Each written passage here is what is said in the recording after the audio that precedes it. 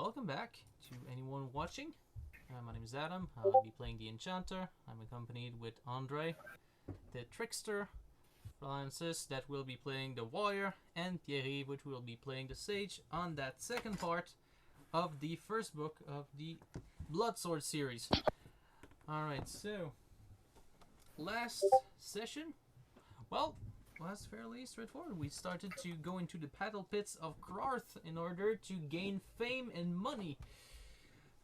We got something from a elven demoness on a fountain, and we proceeded forward, skipped a mirror, caught some barbarians, got into a room with parchments, and beat a immortal at a game of dice. I think I've summarized pretty much it. If you actually want to see details, please see the other videos. Alright, so let's start where we left off. We beat Clef, actually, our Sage. No, not the Sage. Sorry. Our Warrior beat Clef at a... Was it the Warrior? No, that was the Sage. That was me. It was the Sage. Clef at a game of dice, and we were given some nice little trinkets before being lowered down into the underbelly of the Battlepits of Krarth, a area of sulfur and lava. So let's see how we survive this one, and we start on paragraph 356. Alright, so you start to make the descent. The steps soon emerge onto a perilous ledge that snakes down the back wall of a vast underground cave. You look out for a moment, awestruck at the unearthly panorama before you. The cavern stretches away for 2 kilometers or more, and the ceiling is 100 meters high in places. The basin below is the crater of a dormant volcano, and a deep red glow illuminates the cave from volcanic geysers that sputter and gurgle lava through cracks in the cave floor. The ceiling is supported by gigantic basalt pillars that reach up into the dizzying gloom. You feel that you are below the very foundation of the Callaghan's Keep, and the thought of the sorcery that keeps the ravenous volcano in check takes your breath away. Here and there, from rents in the rock ceiling, trickles of noxious liquid spray down. These are the outlets of the keep's sewers, and the volcanic fires burn with a resentful green light when one of these streams hits them. The bottom of the crater, far below the ledge in which you cling, rolls with a greenish-white mist that makes it difficult to see anything but the splutter of red fires.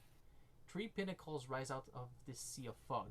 The first of these is joined to a platform at the bottom of your ledge by 2 narrow bridges. The crossing looks perilous as you have only to miss a step, and you would plummet into a gorge where there flows a roaring torrent of evil-smelling water. Across the bridges, you see a soot-blackened temple atop the first pinnacle. Foul hags caper out onto a terrace in front of the temple as you wend your way down the ledge. A welcoming party? No, they are pointing up at a host of winged dirges that are swooping down through the unwholesome air. They come out to watch the show then. You wryly reflect that perhaps you will give them a spectacle they will enjoy. Turn to 318. By the way, just so we check, is everyone full life, by the way? Yeah. I think I'm here. I think we... Yeah, I actually managed to get everyone full life at the with the last healing Nice. to make sure that we were as fully prepared as we could be. So 318. Alright. Sorry, what did you say, Francis? Oh, I was just saying I was my head was full. Alright, good. Excellent. So the dirges are screeching hungrily as they soar in to attack you. These dingy creatures fly on the updrafts of hot, fetid air rising from the geyser pools far below. You spare a glance of hatred for the hags who have gathered to watch your desperate battle. You see them cackling, but you cannot hear them over the noise of the river flooding down the gorge. If you want to use an item, go to 89. If you race down the ledge to the platform to fight them there, turn to 407. If you make your stand here on the ledge, turn to 112. Well, what would be the choices of item that we could use? Because we don't really know. The choice only comes in if you actually turn to 89. But we did it in the past, and it turned out great. I mean using items. Well, yeah, I mean, if we can't use anything, are we stuck, or we just come back at where we were? If there's no item, we just come back to the choice. It's usually how it is with those play your own adventure books. So usually when there's an option to use an item, usually there's an item that can be used. So which item? Well, I saw a few adventure books. That's usually when they say like, if you would like to use an item, go at X number, and then they will tell you you can use this item, and if you cannot, return to where you came from. So that's why I was asking. Let's see. So which item will you use? An ice jewel? Do we have that? An ice jewel? Yeah, I have it. Okay, a vellum scroll, which we don't have, I think. An octagonal prism or a ruby We do ring? too. I think I we have have one. the octagonal prism but and the ice jewel. Yeah. Would you... So I know the answer to that one, but I'm willing to have the two people that did not do the book make the choice here. So those dirges are riding on the updrafts of hot air. So do we use the octagonal prism that was given to us by Cliff or the ice jewel? I'd go for the ice jewel since it's hot. What about you, Warrior? It makes sense. I was going to choose that anyway. Alright, so the ice jewel it is. So let's see what happens to it. You fling the ice jewel. Is it consumed? Well, we'll see with the description. You fling the ice jewel out from the ledge. Well, that answers your question. Calling upon its power. It chills the warm air currents that enable the dirts to stay aloft, and they spiral down out of control into the mist-shrouded river that courses along the gorge far below. Breathing a sigh of relief, you make your way down the platform at the bottom of the ledge. So to answer your question, yes, you expend the ice jewel that you chucked down a ravine. Okay. So you can Alright, and did it do something? Well, it did remove the updrafts of hot air that allowed the dirges to go to us, and they basically plummeted down to their death. So I would say yes. Sweet. Alright. Okay, here's Andre's favorite part. Let's go with the description. The platform is a wide shelf of rock jutting out from the cave wall. Across the deep gorge, you jeer at the ugly hags, who are incensed that you have defeating their pets. The only way to get across the gorge is via one of two bridges that span the distance to the temple terrace. A waterfall cascades over the middle of the platform, bisecting it and cutting you off from the further of the two bridges. Looking up, you see a huge gargoyle head carved into the cave wall near the roof. The water issues from his mouth, cascades down in a torrent across the middle of the platform, then powers down into the swirling river far beneath you. As you consider the two bridges, a booming voice makes you look up once more. The mouth of the gargoyle is moving, and by listening hard, you can make sense out of the deep, rumbling words. Over and over it intones, "Face that which you fear most," or "Confront a lesser foe." Presumably it is referring to the two bridges. You could cross the nearer bridge with no apparent trouble, but to get to the further one, you must step through the waterfall. The gargoyle's words are weighty with ambiguity. Which to choose? So, here's the part that we actually need to split up, because each of us will need to decide whether or not they cross the waterfall. Done. So, you have chosen it, Andre? So, here's the thing. Andre and me already have did that one. So, we have two choices. Either spoiling you the heck out of it, or let you do your decision before we do any other thing. What do you think we should do? What are our choices? Either we cross the bridge, cross the here's the waterfall. So yeah, there are two bridges. One you can access directly, and the other one you have to cross a waterfall before you cross the bridge. The second one. So, do you want us to tell you which choice would be the best, or do you want to make the choice for yourself? Don't spoil Or do you want me to run through a waterfall and see what happens? Oh, so you already want to do that again? Okay. I was already fixated on the waterfall anyway. Okay. Then I will choose to cross the bridge that doesn't have the waterfall. All right.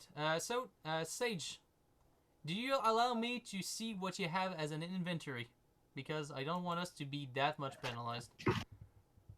Okay, so I'll die. Good. No, you will not. You may die. Okay, that's great. Now, here's the thing. We might not be able to access your loot anymore. So I'm just asking you, what do you hold with you? Oh, I got scrolls of healing. I'm fine. Yeah. May I get the scrolls of healing back?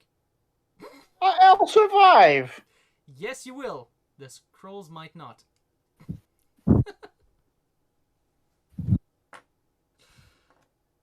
I'm not kidding. You can decide to hold on to them, but it will be your fault. There's like a chance that I'll lose them, right? I will not say any further than that. I already spoiled too much. So at this point, it's your decision to make. Well, logically, they would be drenched. Nah. Blah.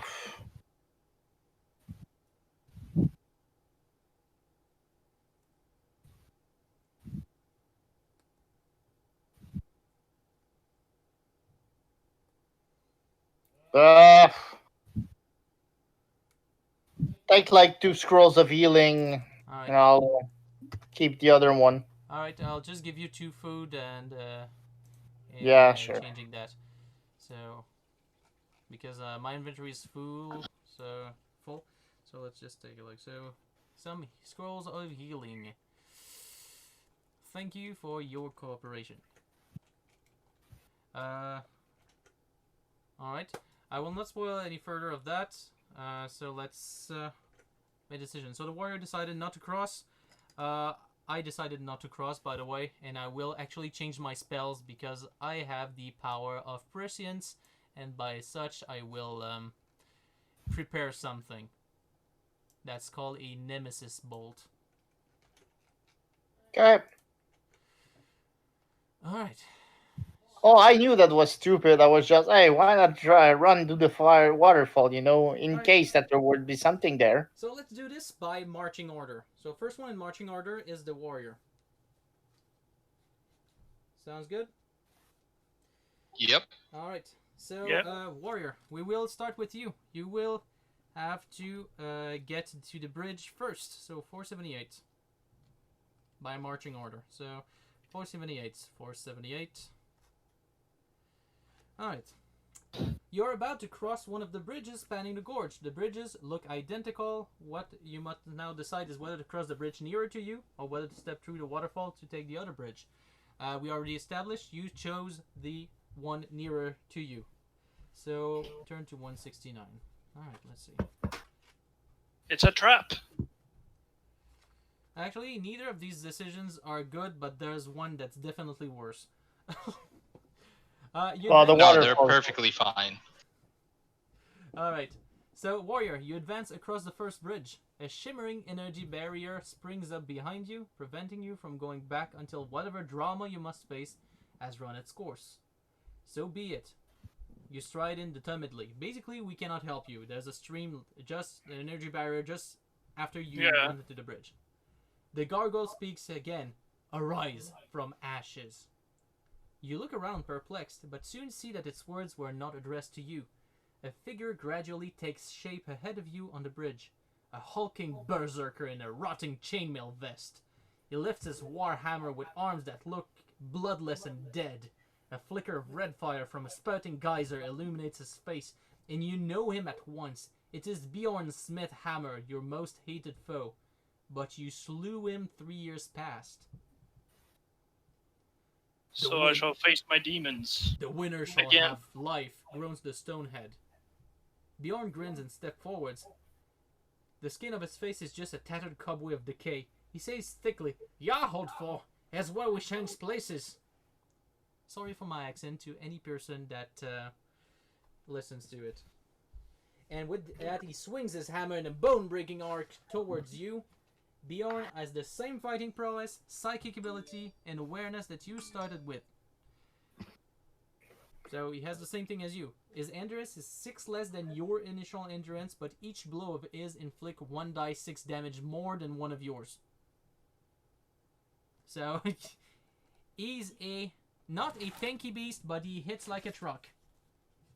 And he has an armor rating of 1. So I don't mean to interrupt, but my food is almost here. So if you want to continue going on the warrior side, because I know what's going on, just continue and my order skip is also me. on the way.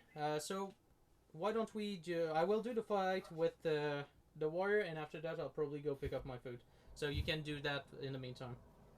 Yeah, just letting you know to continue without me.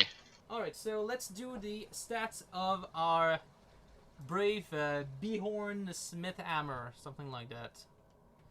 So I'll just take any character sheet, I'll duplicate it, and then I'll take the copy and change the stats and name and everything in between. So Bjorn Smith Hammer.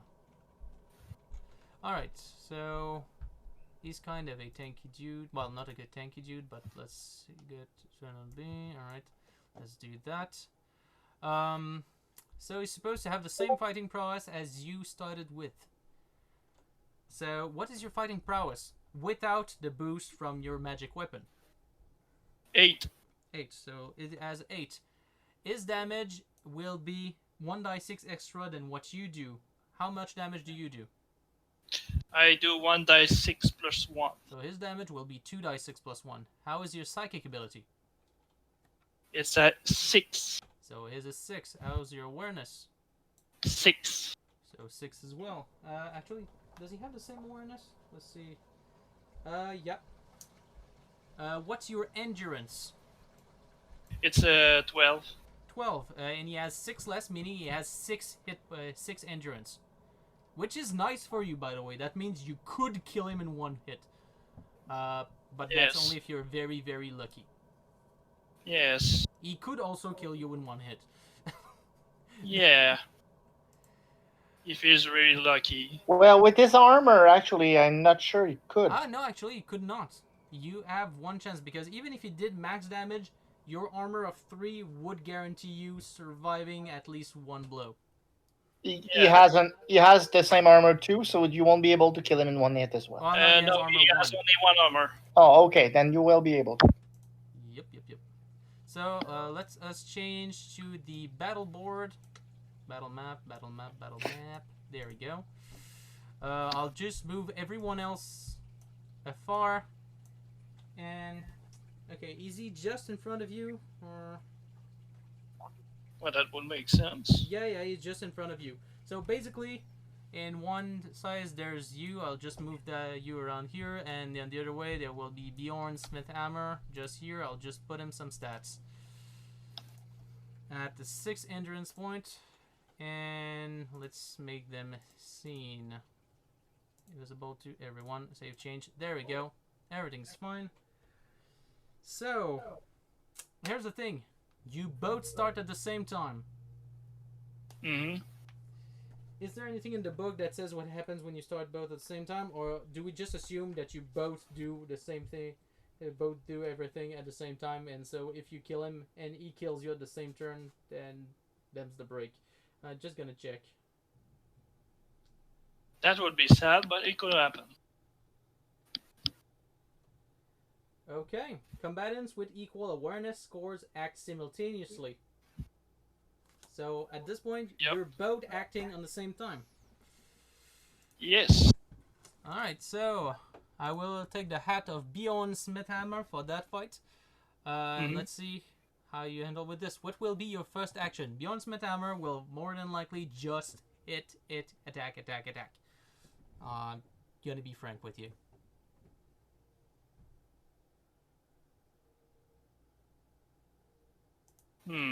That's all my options. His first hit, he misses. He misses completely. Everything's fine for you. What do you do? Well, I will attempt to hit him. Alright, let's see if you hit.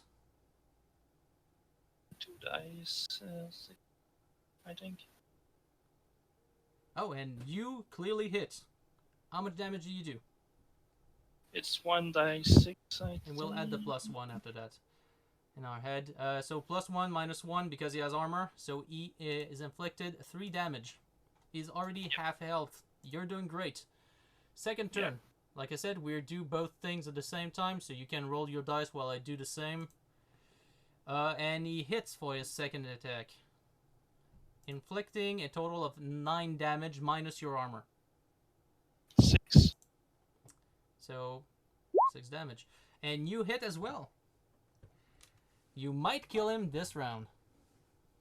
Where is he? That's exactly the amount that you needed to kill him, but you are still injured. So, remove your Yeah. 6 damage. But you managed to kill your foe. Congratulations. So at least there was that. Good. I will now take my enchanter's hat once again, and we can move up. Give Jan a moment to leave your order at the door. Well, I'll be eventually doing that. So, let's go to 88. See what happens to you once you defeat Bjorn Smithhammer. Alright. You reach the other side of the bridge and step onto the terrace. The hags glare at you but keep their distance. If any other players are still on the other side of the gorge, they must decide who will cross next and turn to the appropriate entry. If no one remains on the other side, turn to a 98. If you have been traveling with Imragarn and he is now alone on the other side, turn to 519. So I'll just go back to the main paragraph, and we will just go next with Andre. But first of all, I think I need to pick up my food soon. Oh yeah, food time. Okay, do you have your food, Andre? Yes. Alright, so why don't we do it like this? I'll pause the video just for a moment, and for me to get my food, and then after that we'll go to your turn, crossing whichever bridge you decide to cross. Sounds good. Alright, and pause. Well, And perhaps we're if back. you want to reconnect yourself, maybe. So, Oh, I think it's just. I don't think there's anything I can do. I'm on a Wi-Fi connection Okay. alright, in an apartment that I don't have control of resetting the router. so we're back in the stream, by the way, just to, you know. I thought you were recording, not streaming. Yes, I did, and apparently Pierre spoke at the same time, and you just heard him. Alright, so, we are now to get the other people out of the current predicament. So the warrior crossed successfully the Is Bridge, so let's go for the Trickster. Trickster 113. So, you have to decide which of the 2 bridges you want to go. The one across the waterfall, or not the one again across the waterfall? Oh, we're going across the waterfall. For a 3rd time. Okay, let's go. Let's see, do you keep your stuff? I don't really have anything that's really worth removing. Okay. Alright. Let's try it then. Alright.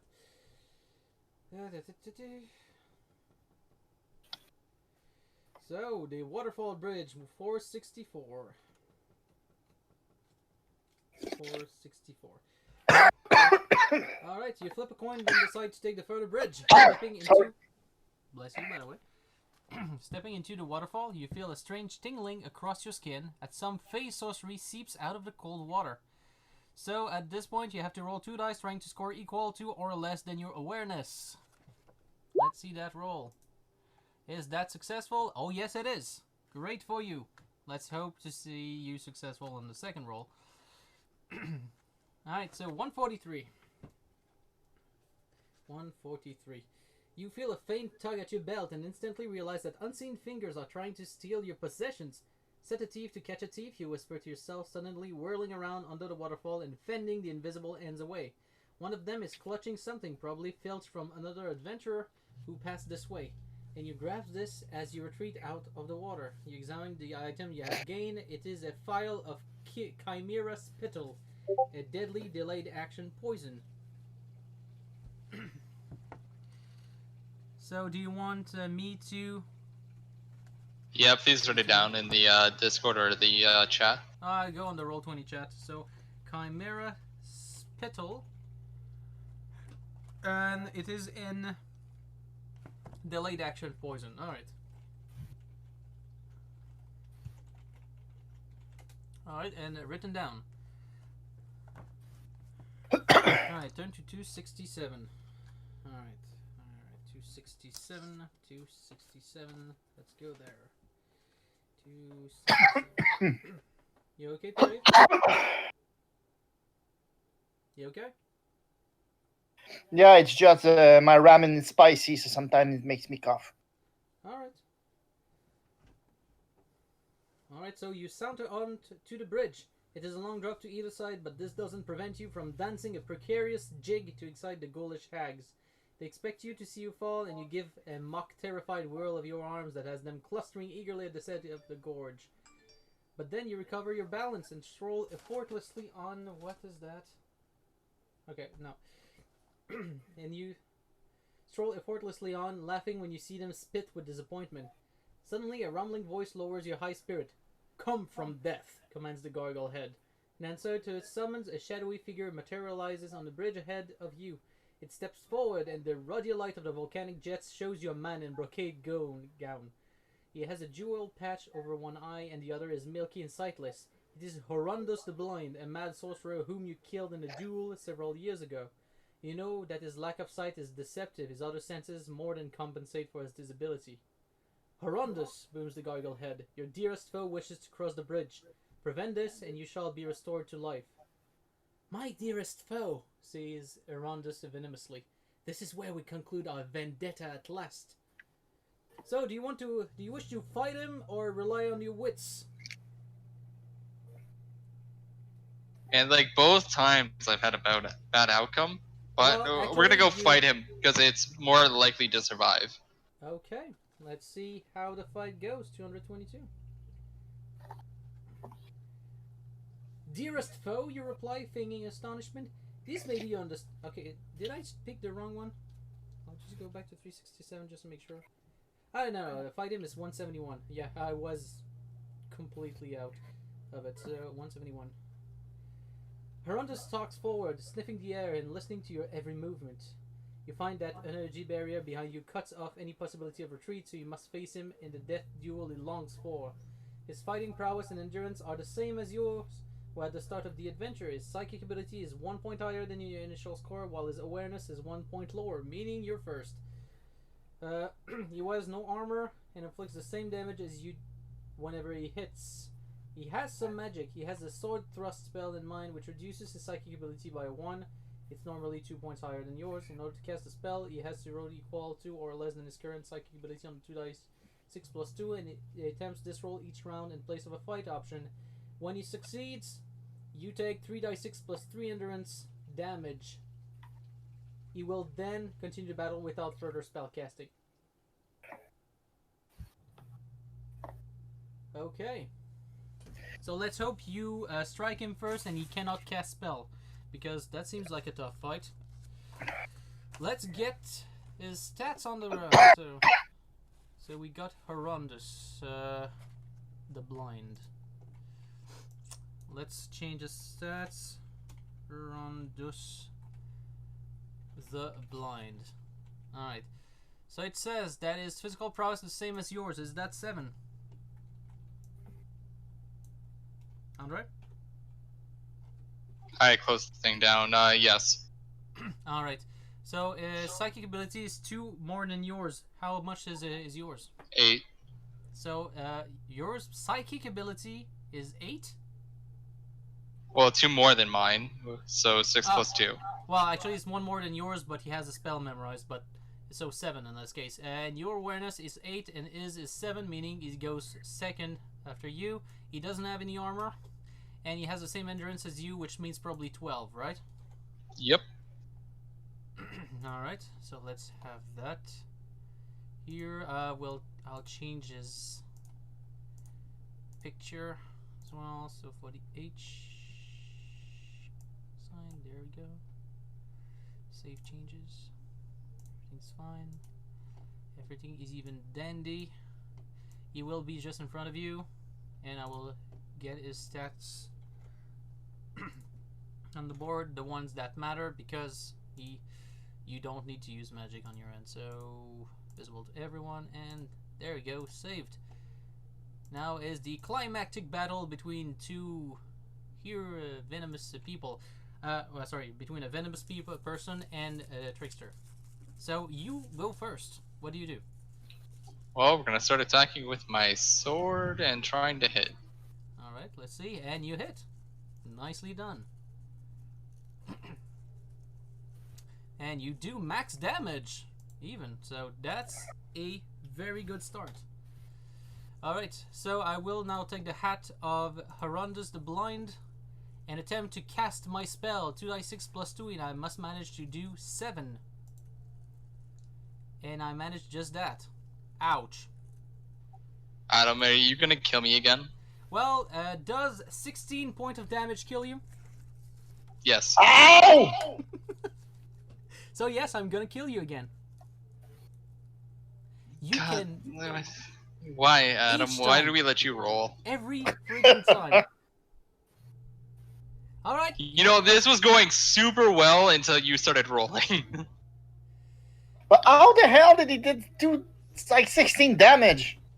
Well, 'Cause he's 3d6 overpowered. plus 3 minus armor. So it's 16 minus armor, but I'm pretty sure you don't have an armor of 5, so you instantly die. No, but what? It's preset damages? It's his spell. The Sword Thrust spell. So, yeah. Well, I'm gonna die. That's great. You might not. Alright. So it's been done. Christ. That's kind of suck for Andre, though. Yep. Well, I guess he could roll our enemies at that point Well, and that's perhaps what the laugh book if he suggests. kills us. So basically, Andre is now your enemy. Third time. Third freaking time. Then At the again, Third time was supposed to place? be lucky. yes, it was. And here's the thing. All 3 times you chose to go through the waterfall. So, I guess I am to blame, but you have some part of responsibility into it. I will not take the responsibility of you rolling 2 super low rolls to kill me. Well, the first one was super low, the second one was super high, actually. But I see your point.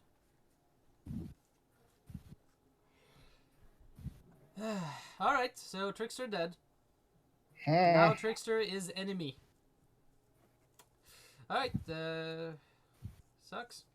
Sage time! 426. I'm gonna still go to the waterfall because that's why I did you will. decide before you saw the thing, so let's go through the waterfall. 377. 373. Yeah, Alright, 373. 373. I might lose items. I know. Alright, you make up your mind to risk passing under the waterfall. It is cold, but refreshingly so. However, it is obviously imbued with baneful sorcery because when you emerge on the far side, you find you have lost all your possessions except for your staff and armor. So I pass through the waterfall and. You lose every single piece of item except your staff and your armor. You don't even have your bow and arrows anymore. Okay. So no roll, no nothing. Okay. Yep, you don't even keep the dagger of Vislet. Yeah, I'm just gonna suck. That's fine. So at the same time that you advance onto the bridge, a portly figure steps onto it and the far end, and hitching up his long tunic, plods quickly along the slender walkway to confront you. "Greeting," he says breathlessly. "I'm Theodoric, an initiate of the mystic way of the Eye Unveiled. I'm here to establish the superiority and innate truth of my own mystic order above all others by defeating you."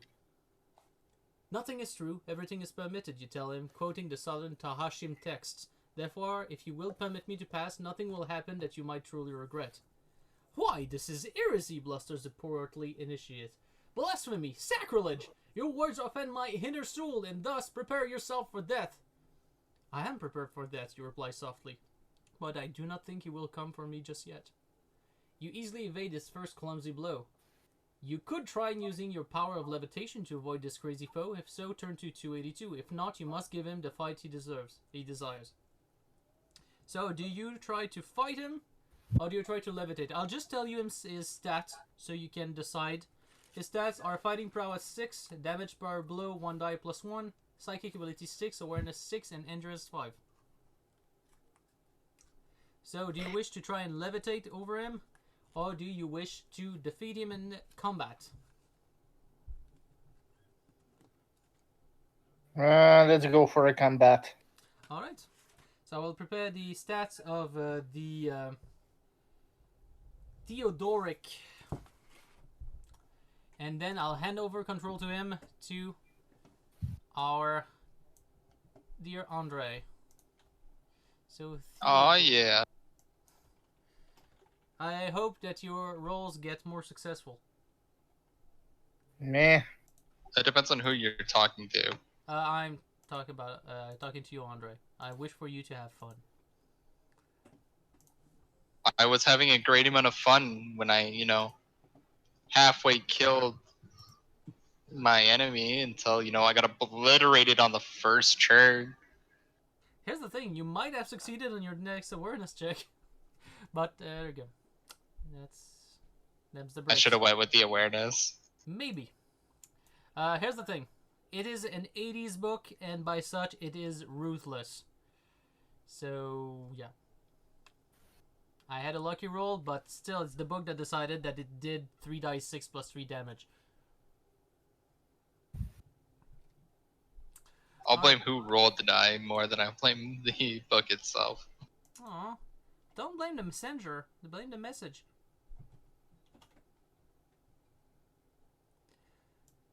Alright, so psychic ability 6, awareness 6. Does he have any armor rating? I don't think he does. No, he doesn't. And his endurance of 5. So let's do that. I'll just put him on the stage. It is up. Oh, you already did. All right. So let's put him here. I'll just set up his stats. Don't worry. You still are in control.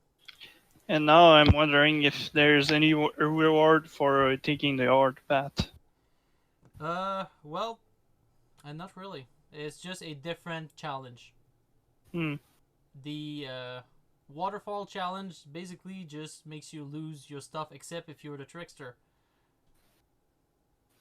Which then you get a nice poison that, doesn't get used. Yep. Alright, so, what is... so I think both of you have the same awareness score of 6. It is correct? Is it correct? Yeah. Alright, so you both play at the same time, meaning that your actions all get resolved at the same time as well. So what do you do? Well, I only have the action to attack, so I'll attack because I can't even shoot arrows. That is correct. Wait, what is my abilities again? Yeah, your fighting ability is like 6. You don't hold up. No, what can I do? You can attack and pretty much attack. You can also defend to waste time. And you can move, which doesn't really help since you're on a bridge and, well, at this point, you don't have a bow and arrow, so... So basically your options are basically attack. Attack! Alright, you miss. What about you, Sage? You hit. Alright, do your damage. Oh. 1 die 6. Okay.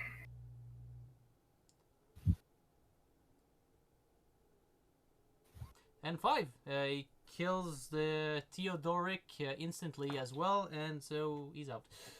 Alright, so you defeated him, and you go to the other side, and you're fine. The hags are not amused that you are not dead. Can I take the stuff of the trickster on the way? Nope, because he fell down while being defeated, and the stuff is... Actually, Damn. does it say that? Just a moment, I will just check it out. Because if it doesn't say that, I might say yes.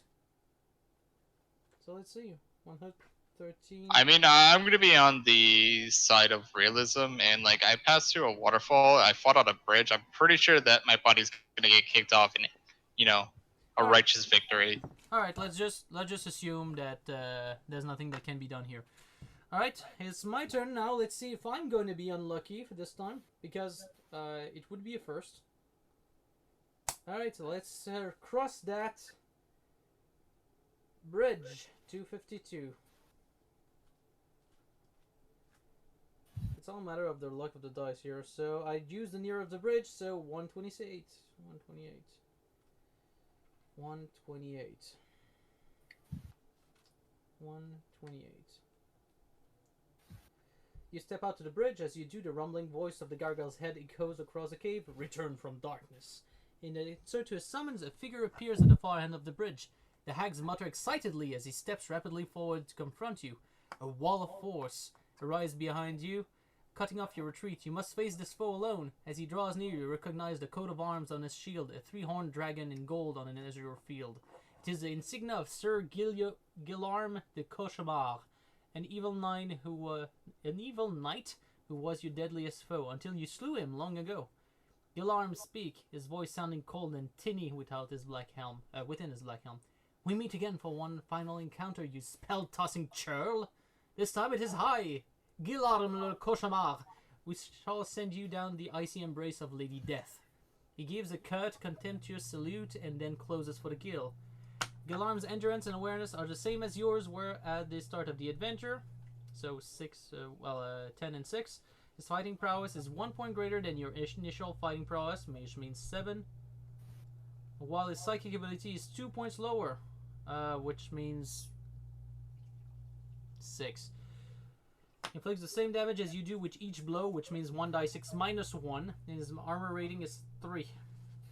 You cannot flee, and your companions can help you. Alright. So, let's do this. I'll give the stats of Guillarm. Let's do. So what is he a fighter?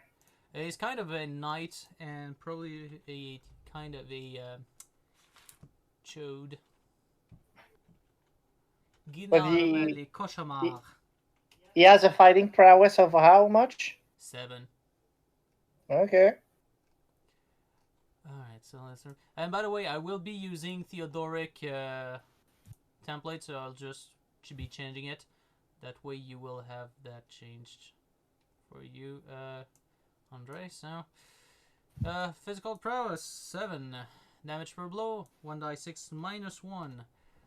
Psychic ability, 6. Awareness, 6. Armor rating of 3, because he's a friggin' knight. And an endurance of 10, because he's a friggin' wuss. So done. You should have that on your journal now, and you can place it just next to me. All right. So let's. Oh yeah, next to me like that is okay, or that is okay. Yeah, that works. All right. I'll just change the stats while you dance around me. Well, that's what you got to do when you're, on chat. Oh, absolutely. All right, so here's your stats. Okay, so we all both go at the same time. I will attempt to cast my spell, which is the Nemesis spell. Let's see if I get lucky. Wait, are we have the same fighting prowess? Actually, do I? No, I actually miss. What? Actually miss because it's 2 dice plus 5 because I'm using a freaking level 5 spell, and I don't have enough. No, actually I do. I just memorized 1 spell, so it's okay. I actually got it first try. Why don't you click on your attack, do your attack roll for Guillarm? Oh, and you hit. Roll 1d6 for damage, minus 1. And minus 1 my 2 armor, so he does nothing. Okay. Let's see, how many damage do I do with that spell again? So, Nemesis spell. 7d6 plus 7. Alright. He's dead. You could roll all ones. No, I cannot. Even if I rolled all ones, 7d6 plus 7 is enough to pass through his armor and kill him. Well, wow, okay. So I basically did... How much? 34. 34, so yeah, he's dead. And I'll Okay. get back my spells, which I used to have before this whole encounter.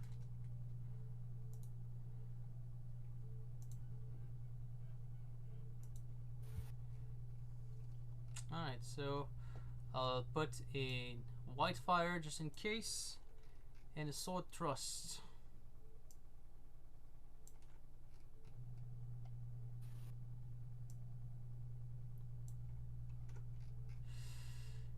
So Not that much of an overkill. yeah, I just did not want to take chance. All right, so I cross the bridge.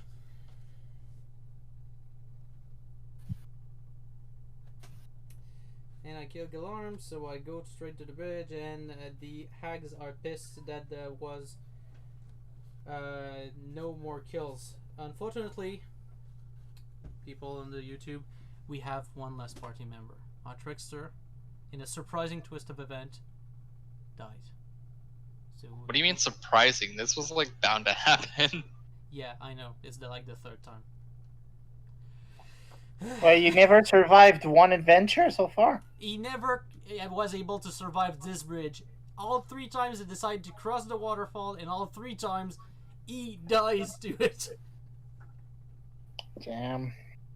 But he died in 3 different ways, which is very weird. Actually, The no, fourth, you what? only The fourth went to time he waterfall fell 2 off the times. bridge. You actually only won 2 times on the bridge. Because the first time you died with all of us with the barbarians. Okay. But no, yeah, that bridge is like cursed for him as a Trickster. Oh well.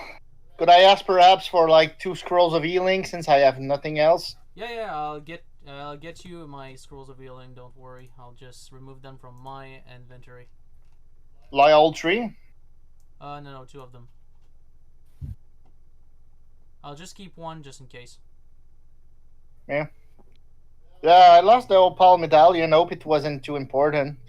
I have 1, and the warrior has 1. The Trickster had 1, but he died. So, Yeah, but must we all have it? at this point, we'll see at the end of the adventure. Not willing to spoil anything. I don't think we do all need to have it. It's supposed to be a medallion that gives us advice if we are in trouble, but at this point, we never had to use it so far. He said he could help us too, so. Yeah, but he never did. Because we never have an opportunity to use the opal medallion. Oh well. Alright, so now that the show's over, the disgusting hags lope back to their cauldrons. You move across the terrace, feeling their roomy eyes on you. The repulsive familiars rush about under your feet, rotting crows with eyes dangling from sockets, yellow-fanged rats, warty malformed toads with human faces, scuttling objects that suggest entrails on legs. They clutch at your heels as you walk past, and you feel you would prefer to be back on the bridge fighting than endure this horror. The hags themselves crouch on the temple steps, gabbling to one another and shrieking with insane laughter. So we have 4 choices. We can talk to the hags, we can go up the steps into the temple, we can take the path around to the right of the temple, and we can walk around to the left. Well, first thing first, I'm pretty sure that our warrior should eat food. Yeah, You just got out of a fight, so you should eat 1 food. I will do so. Alright, good. I have no more food, so if anybody have some food to By the way, spare, I'm Sage, gonna take it. he's kind of in a bad shape. Could you try and do a small fix or something? Oh well, could I have like scrolls and a few foods for myself if I need to? Yeah, absolutely. Although you won't really need the food right now to heal yourself because it's only after combat. Yeah, but I still good to have at least one on myself if we ever Oh yeah, get in absolutely. combat. I'll give you 1 food as well. Mm, No problem. Just give me a moment. And yeah, you don't need to do like a very big heal. Because I only had 1 food, by the way. I would have given you more, but I only had 1. But That's you fine. don't need to go a big heal. I guess 2 points sacrifice or something like that should be enough to try it out. I wrote the 2 scrolls and food. That's fine for me, so it's noted. Alright. Well then, I'll How much do you wish to sacrifice? 3 hit points. Alright, and then roll 1d6. Sorry if there's a lack of reaction on my part. I'm still shell-shocked by the Alright, I guess. the stuff that happened to Andrew's character. Yeah. No, like I said, it is a book created in the 80s. In the 80s, role-playing games and big hero adventure books. Yeah, well, I know that. Yeah, you got a 5, so it is more than cool. So at this point, we can... well, actually, you can heal yourself and heal the warrior full health. And by the way, we don't hear you anymore, Pierre-Yves. I hear you from across the room, but I don't hear you, like, at all. Could you try to just get out of the call and get back in? Maybe it will fix the issue. Pierre-Yves? Yeah, non, mais je t'ai perdu aussi. Is anybody here able to hear me? Or is the problem me? Alright, I reset on my internet then. Yep, yeah, I'm hearing you, but just not on Discord. So troubleshoot problems it is. And I'm disconnected. Resetting the Wi-Fi adapter.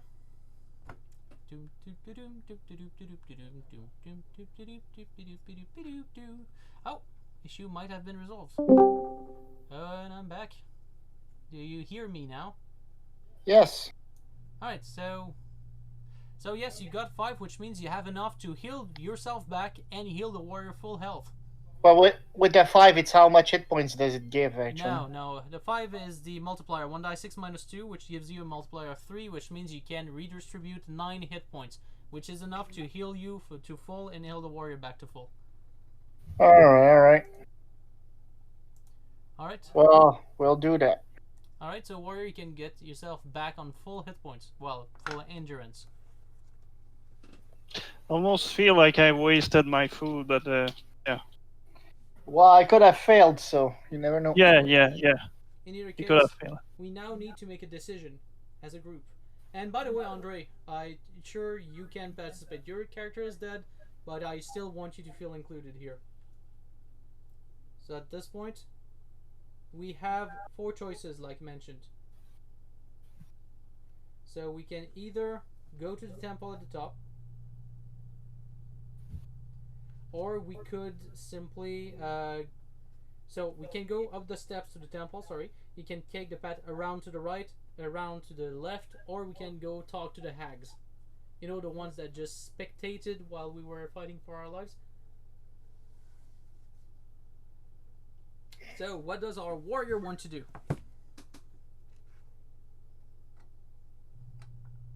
I'd say we should ignore the hags Okay, so we now and have go 3 for the steps. temple. So do you want to go up in the temple, or do you want to go around on the left or on the right? I want to go to the temple. So right up the stairs. All right, what about you, Sage?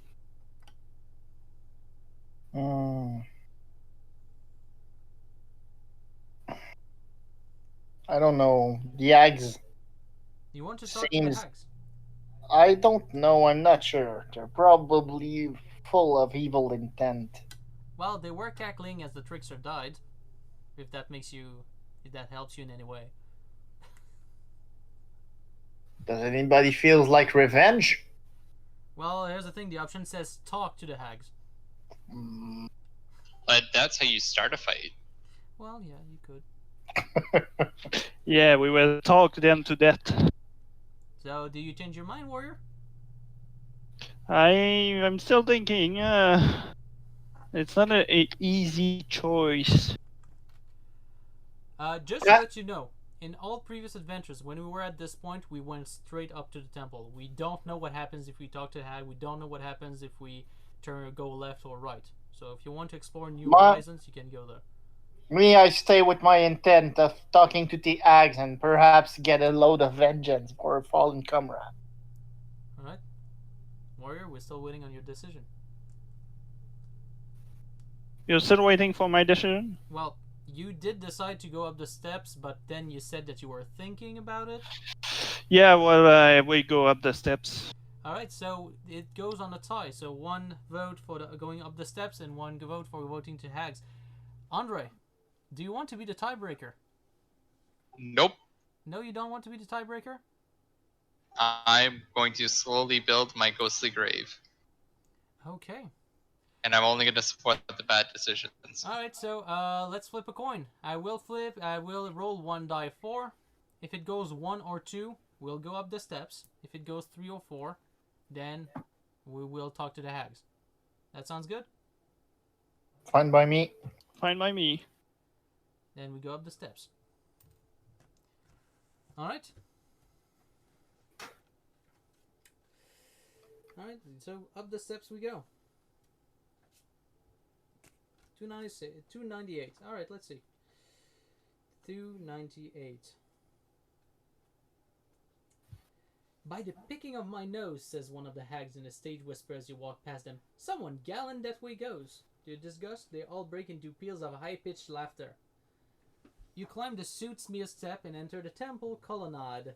The geyser light does not penetrate in here, and for a few moments you are in Stygian darkness. You are startled by blundering into a marble altar, and sweeping your hands along it, you find a sharp knife, which you can take if you wish, by the way. And Of course, I'll take. urn. Yeah, I'll take the knife. There is something warm and sticky filling the urn almost to the brim. With a shock, you recognize it as blood. As your eyes adjust to the gloom, a pale, luminescent face appears before you. It is the face of a woman, not unhandsome, except for the greenish cast of her skin and the hissing serpents that are her hair. You need no sage to tell you that this is Echidna, the Ophidian lady, mistress of inescapable coils, Lamia of the beneficial kiss, mother of Hydrae. She is without doubt one of the most deadly of all demon kind. Sweet.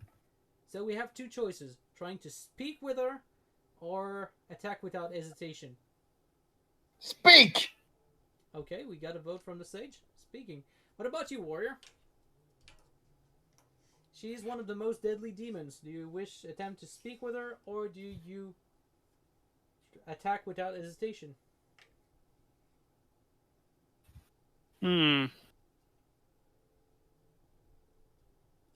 Kill her with words. Yeah, but I'm a knight. It's a demon. But it's the most powerful demon of all Chat time. with her, learn her true name, then it's all good. Yeah. I Then would you trust. invite her out for coffee, and you keep going from there. Yeah. So what is your Sure. choice? That's the knife. Yeah. I would choose to speak with the enchanter over there. Alright. And by the way, it's not that I don't want to go in the participation process, it's just that I know where each of these choices go. So it wouldn't be fun if I just told you where to go. Just so, just for information, was the knife having any stats at all or whatever? Nope. So it's the same as my quarter staff in case I lose it, right? Yep.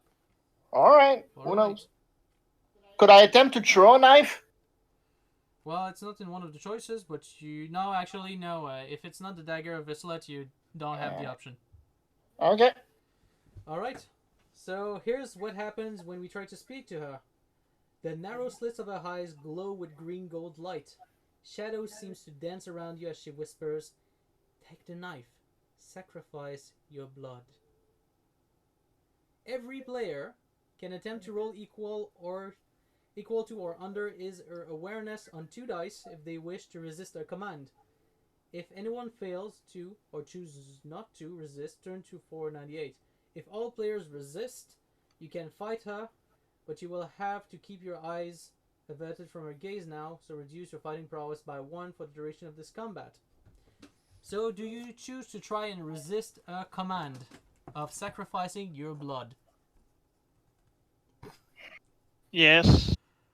Alright, I will ask you to roll 2 dice and try to get equal to or less than your psychic ability. 2 dice.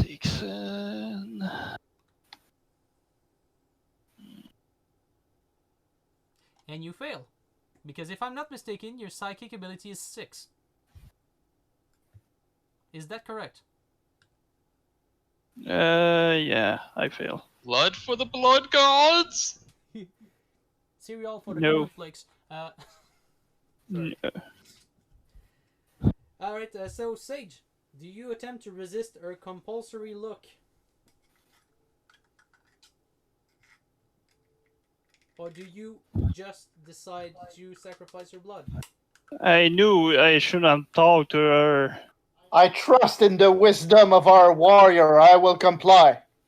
Okay, so he basically mistakes the customer compliance with something he has a choice for and does not resist. I will not. Hey, the warrior did it. He knows what he's doing, right? So I will decide not to resist as well, because technically I have prescience. So let's see what happens. So 496. 496. The following applies to players who fail to resist Echidna's mesmeric gaze. You feel an irresistible urge to put the sacrificial knife to your own wrist. You tremble with the effort of trying to prevent yourself, but you have no choice. Power is overwhelming. A few drops of your blood spill into the urn on the altar. Lose 1 endurance point. Not from your total, just as if you receive damage. Nice. Done. I will do as well. So there you go. Warrior, -1 endurance. Yeah. Alright, done. You are still alive. You suddenly snap out of the mesmeric trance. Wisps of red vapor are snaking up around you. For a moment, Echidna's face shines like a paper lantern through the haze. Nothing is entirely evil, she murmurs to you, nor entirely good. The image of the temple dissolves around you. You and your companion, if you're not alone, are being teleported to where? Turn to 78. So we basically just spilled a little bit of our blood. Not all of it. Oh, the warrior seems to be very willing to do it, so I followed his advice. So, what happens next? You materialize within the broken walls of an old shrine. You can see the temple where the hags live about 200 meters away atop another pinnacle, so we're basically in another place. Examining your surroundings, you notice a golden dish that glimmer in the sporadic light of the volcanic geysers outside. Grey stone gargoyles cling to the walls, the dancing shadows making them seem to grin. Beyond an exit at the rear of the shrine, a narrow path leads along the top of a knife-edged precipice. So if we just leave the shrine, turn to 92, but we can also examine the gold dish first. Which do we decide? I'd say we examine the gold dish. Alright, Warrior, your opinion? I'd say the same. Alright, let's examine that golden dish. Which is basically what we did as well. By the way, you're not deviating from that norm yet.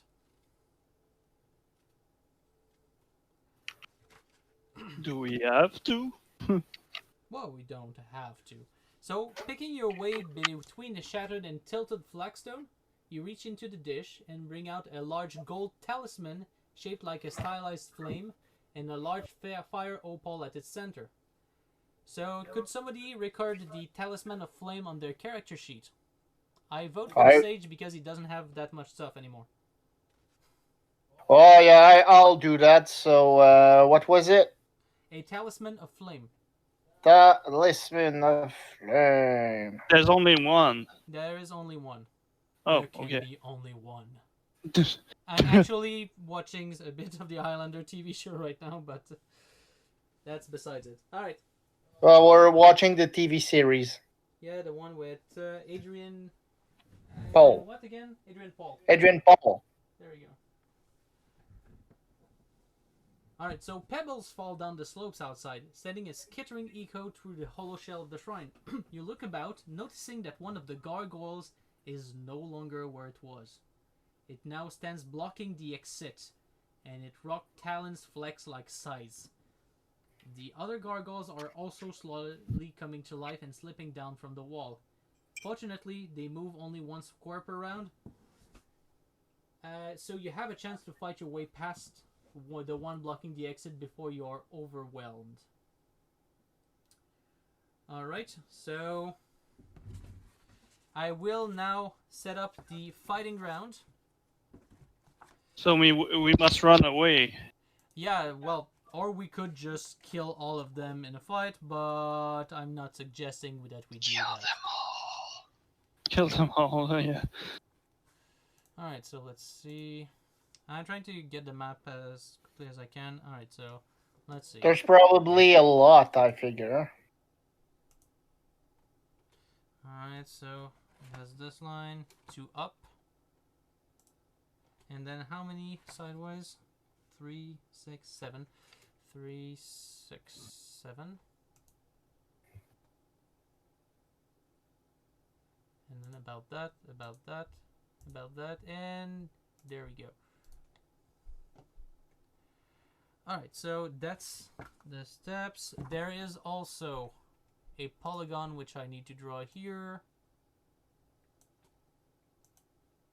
Because that's a column. This one we cannot pass through. Alright, and there's our 1, 2, 3, 4, 5, 6, 7, 8 gargoyles, including the one blocking our path. So let's get some gargoyles down.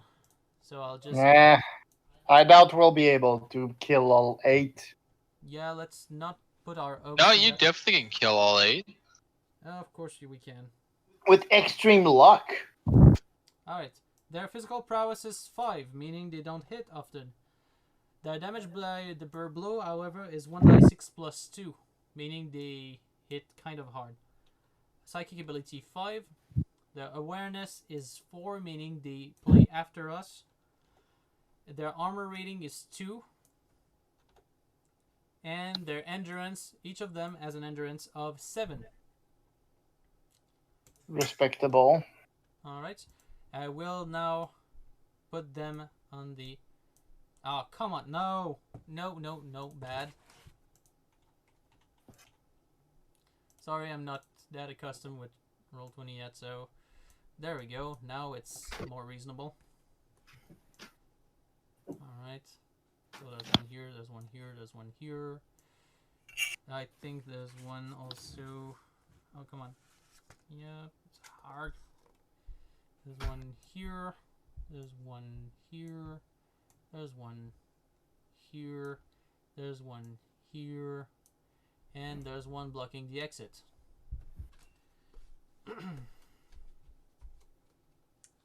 Alright, so let's see.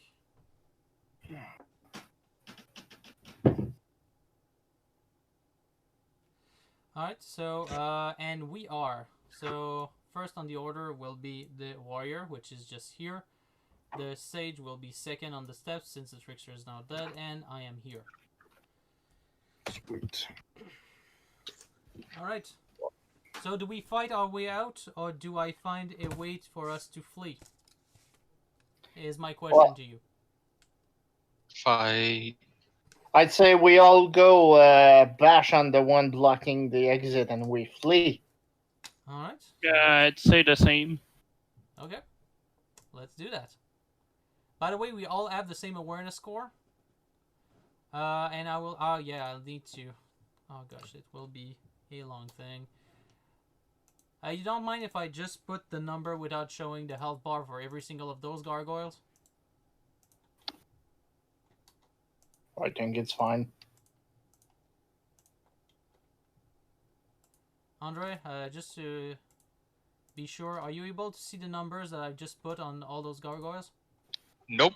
Hey, if you Nope. click on the gargoyle token, I mean. If you click... I see their health, yeah. Okay, good. That way you will be fine. Alright, so, well, let's start. Let's... Oh, what happened? They all Oh, I moved up. completely disorganized them. Because your boxes aren't very well. Alright, so there we go. Just move them back. I will add them to order. Let's see.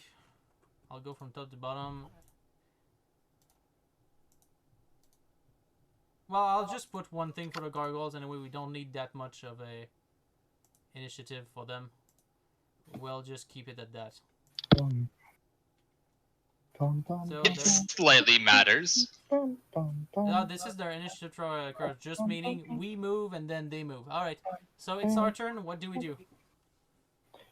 I'll try to, actually, since I'm the only one with a ranged option, I will stay here and try to blast one of the gargoyles. The one that blocks the exit so we can move as fast as possible running? yeah, that's the one. Alright, I'll attempt a sword thrust spell, if I'm not mistaken. That's one that I have. Yep. Right. So I need to have 6 or less in my roll. 6 or less in my roll. Let's see if I'm lucky. Oh, I messed my spell. All right. What about you two?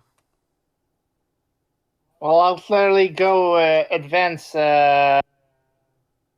You can only move 3 squares. Yeah, I know. So I'll I'm probably going to move over go here. there. All right. So you both. Oh, move. don't you want to move like? Yeah. Well, yeah. Well, no, it's fine actually. If you want to go there, it will Protect. give them 2 targets. So Well, actually, they can only attack up, down, left, right. Yeah. you could actually move. Yeah, no, you can move to You there. cannot Yeah, move because you through want. another Okay. player's character. Cool. All right. So our turn is now done. It is Gargoyle's turn. So Andre, you have free range to do whatever you want. I do. So we're gonna just make the movement real quick.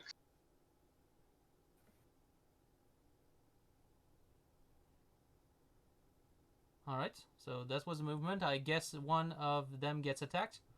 Yeah, where the one gargoyle will attempt to attack the warrior. All right. Yeah. Does it hit? And no, it doesn't. All right. They have a fighting prowess of like 5, so it's gonna be surprising when they do. All right. So it's back to us. Why don't I try to blast the gargoyle again? Do you have enough spells? Well, I don't lose my spell if I just miss the casting. So this time I must have a 7 or higher in order to cast my sword thrust spell. And I still missed. That's unfortunate. 7 or less, you mean? 7 or less, yes. Sorry. But didn't you boost your psychic abilities? Yes, I did. Imagine if I didn't. All right. It's because it's a higher level spell, right? It is a 2nd level spell, so yeah, it gets... It's a little hard, but I just was lucky previously. Yeah, that. By Alright. the way, you technically cannot move away from the gargoyles that are next to you, except Why? if you use the defend action this turn in order to move away afterwards. Why couldn't I move? Because you're in their area of threatening, and by the rules, you cannot move when you start your turn next to an opponent. Okay, then I'll just bash the one blocking our exit because we You need to cannot because he's diagonally. You can only attack up, down, left, Yeah. right. flee. Can't he shoot an arrow? He No, doesn't I don't a have bow any more anymore. bows. Oh, That's that. So do you attack the one that is next to you, or do you attempt the defend action to get away from him next turn? Yeah, well, if I defend, I won't be able to move. So But you will... Well, I mean that it will allow you next turn to use the move action and get away from him. It's the only way that we can get away from a threatening opponent. no, I'm Or gonna kill them. bash. I'm gonna bash it. Okay, so bash it.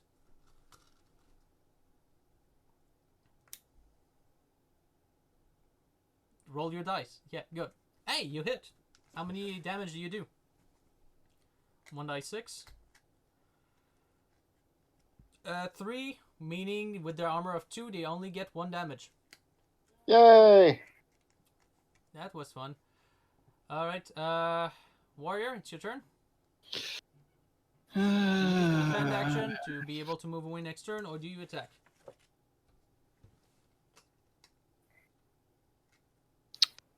if I attack, it doesn't kill me. You attack, alright. No, I'm just thinking. Alright, sorry. Misheard. Who can kill them all? Kill them all, yeah. I will attempt to attack the right, the one in front of me.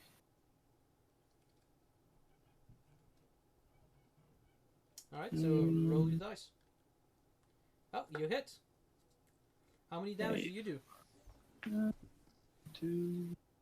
That's 2 damage, and he has armor of 2, meaning you chink is stone, but don't do anything. All right, it's the gargoyle's turn now. Well, that was bad. All right, we'll start with movement again. All right, good. And we will all die here because of gargoyles. All right, then we have 2 attacks. You can do 2 attacks. All right, so the gargoyle that is above the enchanter will attack the enchanter All right, and let's see if it hits. Well, it probably will because of karma. Doesn't it need to do roll random since he has 2 enemies? No, Can hit? since now there's a killed player, he gets to decide who gets targeted. Okay. Yeah, that's in the book too. Oh, that's fine. I'm good with that. Oh, and he hits. What a surprise. How many damage? How much damage? Oh, maximum damage. What are the odds? Oh, it's like some things going my way against you All right, for so you know, minus 6 beneficial damage. wishes. So I get injured a lot. And okay, you have 1 attack left, which Yeah, is to the warrior, attacking I the guess. warrior. And you hit again. You do 5 damage minus armor, meaning So 2 two. damage. So how much damage to you, Adam? Like 4? I have 3 endurance left. Ah, that's neat. Well, you have a scroll of healing, but do you want me to use it? Then you try to cast your spell, or What about I say screw this and I get us out of this fight? Because that would be too easy. Yeah, but I'm a magician. I cheat. And I'm also a dead trickster that's playing the tricks of trying to get you to die too. Alright, I will expand my scroll of invisibility. We all now become completely invisible and we are allowed to flee the fight. Run away!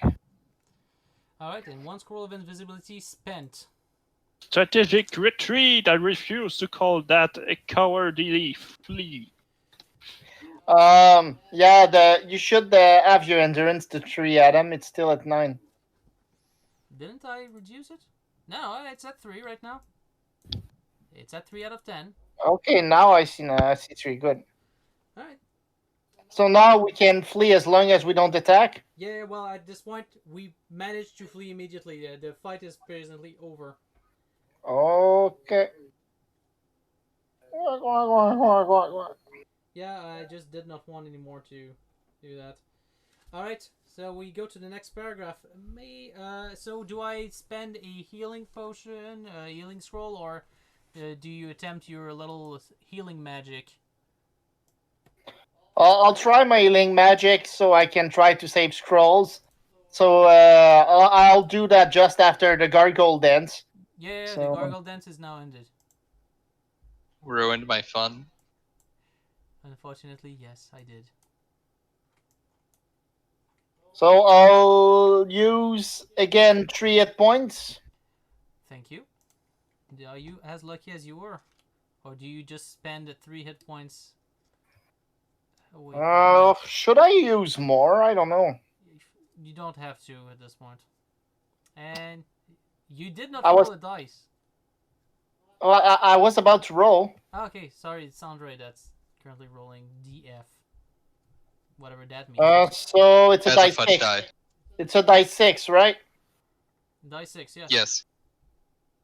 Oh, and you get to double that, which is great. So you can get back your 3 points, and you could, well, technically give me back 3. Except if you want to heal the warrior as well, because he was technically hit. Well, I could eat some food. Yeah, you could. The 2 of you could do that. I could do that as well. Yeah, I don't have food anymore. Oh. I have some, I think. Okay, so what I'll do is I'll first eat my food, so I'm at 10. Then I'll have it at 7. I So can there- give you food, Adam. Oh yeah, I'll take 1 food. Thank you. So at that point, it's like, well, I can give 6. So what I'll do is I'll give. You do realize that you expended some of it in order to have your spell, so you sacrificed 3 of your endurance point. Yeah. Okay. No That's more. why I'm at 7. Okay. So I'll give back. Why can't I see? Okay, good. Just putting you back. Yeah, I'll give back 4 to Adam. 4? Yeah. You could also, and that's just a suggestion, heal yourself back completely, heal the warrior back completely, and I could take a scroll of healing or something. Don't you want to save the scroll of healing since you can use it in fights? I could. At this point, I'm just not in the front line, so you could just like spend like 3 on me and be okay. I'll be okay. All right, so I'll spend then 3 on you. I'll spend then at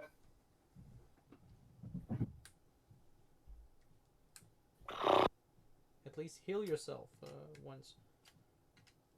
I'll spend then 2 on myself to 9 and 1 on the warrior.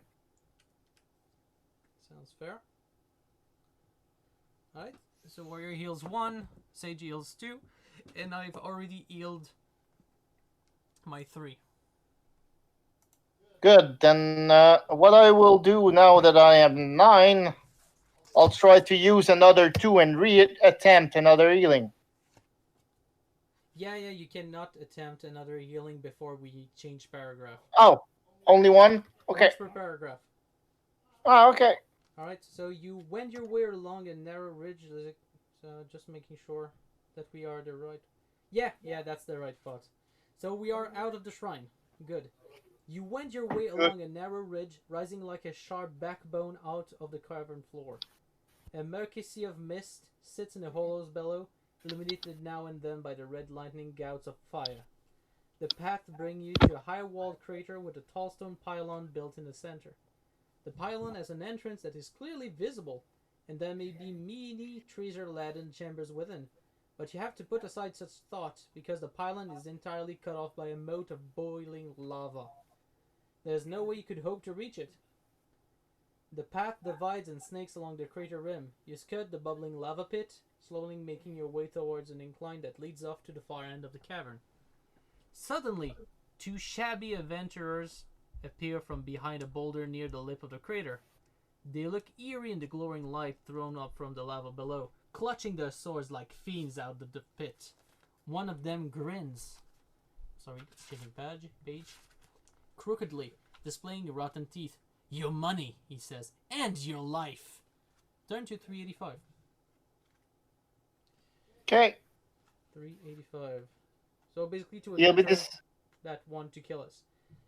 You'll be Balanced on a narrow disappointed. circular ledge overlooking the lava pool, you're about to fight a deadly battle with 2 desperate adventurers. And here's the thing. I will explain you why I think this fight cannot be won. It cannot be won. That's my take on this, but I'll just tell you their stats, and you might understand. Well, each time you died? No, I never attempted to fight them because of those stats. Each of their fighting prowess is 8. Their damage per blow is 2 dice 6. Okay. Their psychic ability is 6, so that one is normal. They have an awareness of 6, so they act at the same time as we do. And their armor rating is 3, so the same as the warrior. And their endurance? The endurance of the first one is 22, and the endurance of the second one is 23. What the fuck? You can kill him. Right. The hell? So that's the reason why I took 2 scrolls of invisibility. Well, the people that keep complaining that today's games are not hard enough should try and play those games. Well, it's a Dark Soul book. They'll be happy, right? Yeah. All right, I'll just create you the adventurous stats. What the fuck with those stats? Really? Oh God, I used to play those books back then, but they weren't so hard All in right, so fight I've wise. updated the stats. Now your gorgles are now transformed into adventurers. You can bring out 2, please, and put them, both of them, side by side, one on top of the other, actually. Please. Could you also update their endurance points? One at 22, one at 23. One on top of the other, by the way.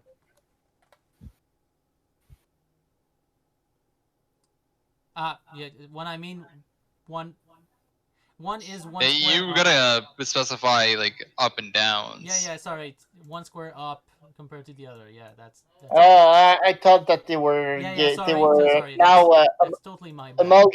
amalgamating adventurers, you know, with Alright. horrific faces all fusion together. Alright. So I'll now set the stage. 2, 1, 2, 2. Alright. 2, 1, 2, 2. There we go. That's But can the player choose to give them their money? no, because the other shabby adventurers said your money and your life. So basically, they are not giving you a choice on the matter. Oh, I see. But wow, that's okay. But you have the option to flee this fight, so that's always great.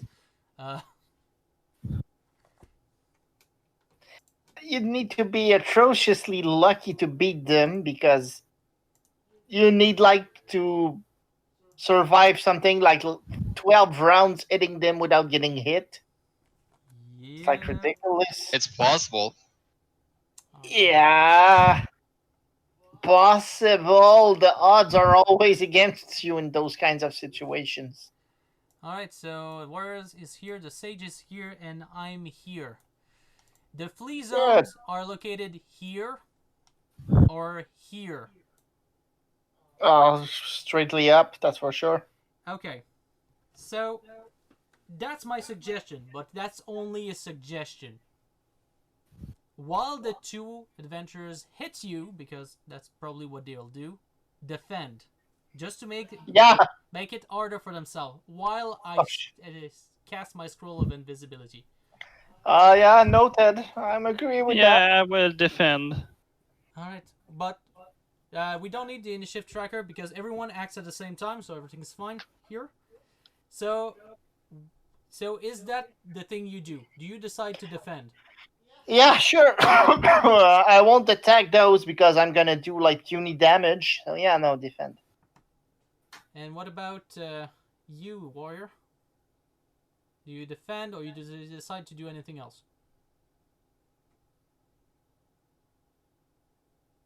I defend, of All course. Right. So, please, Andre, please do both attacks for those ruffians trying to kill us.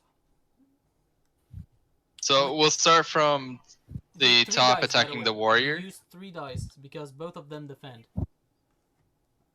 And you hit with the first one. Wait, I rolled for the accidentally on the 2. Does that still hit at 8? Yes, they have a physical prowess of 8. Sick. What am I rolling for damage? 2d6? 2d6. And 9 damage. Ouch. What? Who is that targeting? That was the warrior. Okay, 9 minus 3, so you take 6 damage. He's still alive. Yes, I'm he is. still alive, but barely. All right, so you have that. What about you attack Wait. What about Wait you a attack minute. the sage now? Did he try to roll 3 dice? Yes, Yeah. to hit you. That's He what the did. defend action. Yeah. What the defend action does. We need to hit on 3 dice. The person that's defending. All right, we ready for the next set? Yep. Yeah, go on. And you hit. God damn it. You lucky bastard. Alright, 7 minus 2, meaning 5 damage on the sage. I'm still alive. Alright. And I cast my scroll of invisibility, removing it from my character sheet. Because Ouch. there's no way we're getting out of this alive if we fight. Yes. No, not really. Alright. Okay, so what I'll do just after the fight, I'll expend 3 hit points trying and heal to save my scrolls. And if I can't, Yeah, I'll use a we scroll need to afterwards. get through the paragraph first before. Yeah. And after that, you can decide to do your heal. Uh-huh. Alright, let's say, if you do this, 197, there we go, 197, we flee, we totally flee. Yeah. So as you Ouch. race around the narrow ledge above the lava pit, you dislodge a few stones which go rattling down the crater slope and fall with dull plops in the molten rock below. Great bubbles of volcanic gas rise and break on the surface. Then you see heads like burning Halloween effigies rising from the pool of lava. These are skiapirs, malevolent monsters of living flame, whose claws melt through steel and rock as a knife passes through wax. So, out of the frying pan and into the fire, literally. If you use a Talisman of Flame, turn to 131. If you use an Ice Jewel, turn to 411. If you have neither of those items, turn to 429. I'll use a Talisman of Flame, but I'll heal as soon as I can too. Alright, so attempt your healing, and then we'll check the result of using the Talisman of Flame. I have no more food, so I cannot heal myself. It's okay at this point. You did well expending the food when you did. There you go. It's sufficient, right? Yes, it is sufficient. How many did you sacrifice? 3. Alright. So here is my suggestion. Again, you can take it as it goes. I would suggest you focus your healing on the warrior. You have 6 points that you can heal, and I suggest you expend them all on the warrior and that we expend a scroll of healing on you. That was about my idea, yeah. Alright, so why don't you take like 6 points of healing? I'm back to almost full health. Alright, and you can expend one of your scroll of healing and roll 2 dice. By the way, we keep the assassins rolls around just in case, because they are still running after us, by the way. we have fled, but they are still alive. Ain't that fun? That would be pretty awkward to run into them again. Yeah, but now by fleeing them, we run across like fire elementals that can melt through our armor. I get 6 hit points. It's better than nothing. Yeah, still you get it 7. That's okay. Yes. Yeah, we'll wait for the next paragraph to attempt another heal. So, you said you wanted to use the Talisman of Flame? Correct? Yeah, sorry, I didn't save what I expended, so I have 1 more scroll of eating, so Yeah, sorry for that. And yeah, I'll expend also the Talisman of Flame, which I will also... Here's the thing. We'll check the description to see if you actually expend it. Yeah, alright. So you brandish the talisman. The baleful lava light causes it to sparkle like the heart of a flame. The skippers stop, wavering like guttering candles. "The talisman," says one, its voice a soft susurration of hair.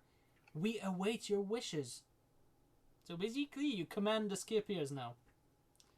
"Slay the brigands that pursue us," you command. Instantly, the skippers turn upon the adventurers you fought a few moments ago.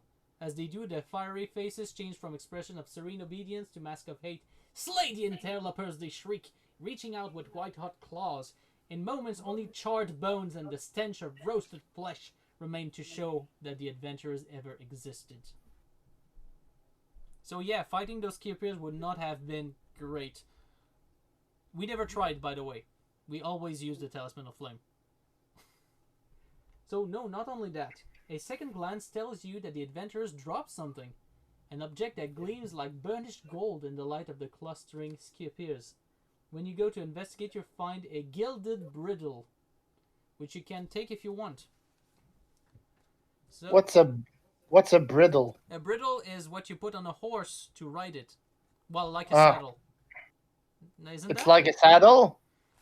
Actually, is a bridle like a saddle? Let's see, bridle definition. The headgear So it's used a to control a horse. That's what you put on the horse's head, le mort in French. But put on the horse's mouth in order to control his movement. Okay. Alright, I'll take the golden bridle. It's a gilded bridle. Gilded. I yeah. don't know what's the difference though. So the skippers watch wistfully as you depart. So basically, they don't follow us. 223. By the way, we now skipped a paragraph. You can attempt another healing if you decide to do so.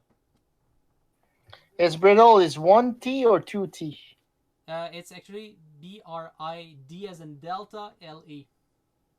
Brittle. Brittle. Okay. Yes. All right, I'll attempt another healing. Yeah. How many do you sacrifice? You don't need to sacrifice 3 each time, by the way. You could always sacrifice more. Or less. Yeah. I'll sacrifice 7. No way. Well, 6 seems to be like the optimal amount. Right. No, I'll sacrifice like Four? I'll sacrifice 2. 2, alright. And then roll your dice. Oh, 6. That's nice. So, you sacrifice 2, but you can distribute 8 back. Well, 3 for the enchanter, 1 for the warrior, and I'll have my at 9. Alright. Thank you for the full heal. But why don't you give to yourself the full heal? I'll be at 9. I'm not a front line anymore. And I'm okay with you're more of a front line than I am. I'm okay with that. Okay, good. At least you're okay with that. By the way, have you failed a single heal since the beginning of this adventure? I feel that you didn't. Yeah, I don't think he did. At least I'm an efficient healer. I suck at archery and I lose my stuff, but at least I can heal. Yeah. That's why you should have sacrificed more. Yeah. Like 1 more would have been fine. But no, okay. 223. Alright, let's see the next paragraph. You reach an incline leading off from the rim of the crater. It descends gently at first, then becomes a roughly hewn rock stairway. Ahead you can see a desolate plain of mounds and standing stones, and beyond that, a swart atoll that reaches nearly to the roof of the cavern. At the very top of the atoll, bathed in stark grey-white light, the emblem of victory stands proudly. You have almost reached your goal, meaning we're close to the end of the book. That's good news. Your high spirits are dashed when, a moment later, you reach the end of the rock stairway. You had not seen it at first through the vapor filling the cavern floor, but there's a huge chasm stretching right across from one distant wall to the other. You must cross this gulf to reach the atoll where the emblems awaits you, but there is no bridge inside this time. Turn to 482. So basically we have a huge pit to cross. Can't I use levitation? Yeah, levitation just makes you go up. You need something to hold on to in order to go laterally. But let's see what we can do. All along the gaping chasm, you can see the huge winged dirges sweeping to and fro the air currents. One drifts close, but unlike the ones you encountered earlier, it seems disinclined to attack. Also, it has an almost human face. Again, quite unlike the other dirges. Espying you, it claws the air and drops lower, calling out in a hollow croaking voice. Let's see if I can do a hollow croaking voice. Ho! This chasm is an impasse if one lacks wings, is it not? That's not a croaking voice. So, ho, this chasm is an impasse if one lacks wings, is it not? So, we have a choice that is not a choice. If there is a sage in your party, turn to 393. So, let's do that. If there wouldn't be a sage, we'd be screwed. Well, if there was no sage present, you can reply either take back your taunts and be off, you wee-faced loon, or perhaps you can help. But yeah, we have a sage, so those options are no longer present. Good. 393. It's not like if there's a sage that wishes to act. No, it's if there's a sage in your party, turn there. Nice. Let's go. Alright, here's what you know. This is not a normal dirge, but an occult hybrid. Probably it was once a human who transgressed in some way against the Magi of Karth, and as punishment was translated into this monstrous form. From what you have heard, so dire a fate would be meted out only to the most treacherous of Karthian wrongdoers. Karthian justice is far from just, but at least most criminals are given the mercy of a quick death. So you call the Dirge Man over. Turn to 79. The Dirge Man settles on the steps above you, flexing his enormous leathery wing at a glide of the rest. You notice that he does not have the spiked talons of a normal Dirge Man, but human hands. I could fly you across, he declares in his cracked voice, but a question has arisen. Essentially, what's in it for me? If you use a Gilded Brittle, turn to 301. If you use some Chimera Spettle, turn to 321. If an enchanter is willing to enthrall him, turn to 11. If you cannot do any of these, turn to 22. I guess we'll give him the Gilded Brittle. Seems good. What about you, Warrior? Do you agree to use the Gilded Brittle, or do you want us to do another thing? Let's try that. Alright. And by the way, we also always use the Gilded Brittle at this point, so we're, again, not deviating from the norm. Well, it seems like the most logical It choices. seems to be, yeah. Alright, so you produce the Brittle. By luck, a geyser shoots up a glorious flare of molten rock nearby, and the gold casing of the Brittle scintillates magnificently. The Dutchman gasps in admiration. An extraordinary treasure, he croaks, his avaricious nature swamping all reason. Give it to me, and I shall convey you across the chasm at once. By all means, you toss it over his neck and secure the buckles. Swinging onto his back, you pull tightly on the reins. The Dutchman gives a muffled cry, but soon stops resisting as the studs inside the Brittle cut into his leathery skin. So we basically put the Brittle on his head. Reluctantly, he stretches his great wings and clambers up into the steamy air with you clinging to his back. The crossing is bumpy. You are continually buffeted by roaring gusts of wind from the volcanic vents far below. The Dutchman makes one half-hearted attempt to throw you off, then whimpers as you pull harshly on the Brittle. At last, he swoops down to land on the far side. You leave him tethered by the reins to a boulder, ignoring his bleats of protest. So apparently we're dicks. We just leave him attached to a boulder and leave him to rot. What? We leave him in the boulder? Yeah. We basically attach the Brittle that we put onto his head, and we attach it to a boulder, and as he cries for help, we just leave. Okay. Well, But he Monsters. did attempt to throw us off the chasm, so I guess it's fair game. yeah. No. He was just trying to defend his territory. There was an invasion of his territory. Of course. Alright, so let's continue in. So you trudge across the mist. Oh, Andre, you remember that part? After No, the not chasm? really, because I mean, I've been dead, and I'm just, special ghost looming over. Hey, the special ghost will have a special character. By the way, I prepare a spell of Nemesis.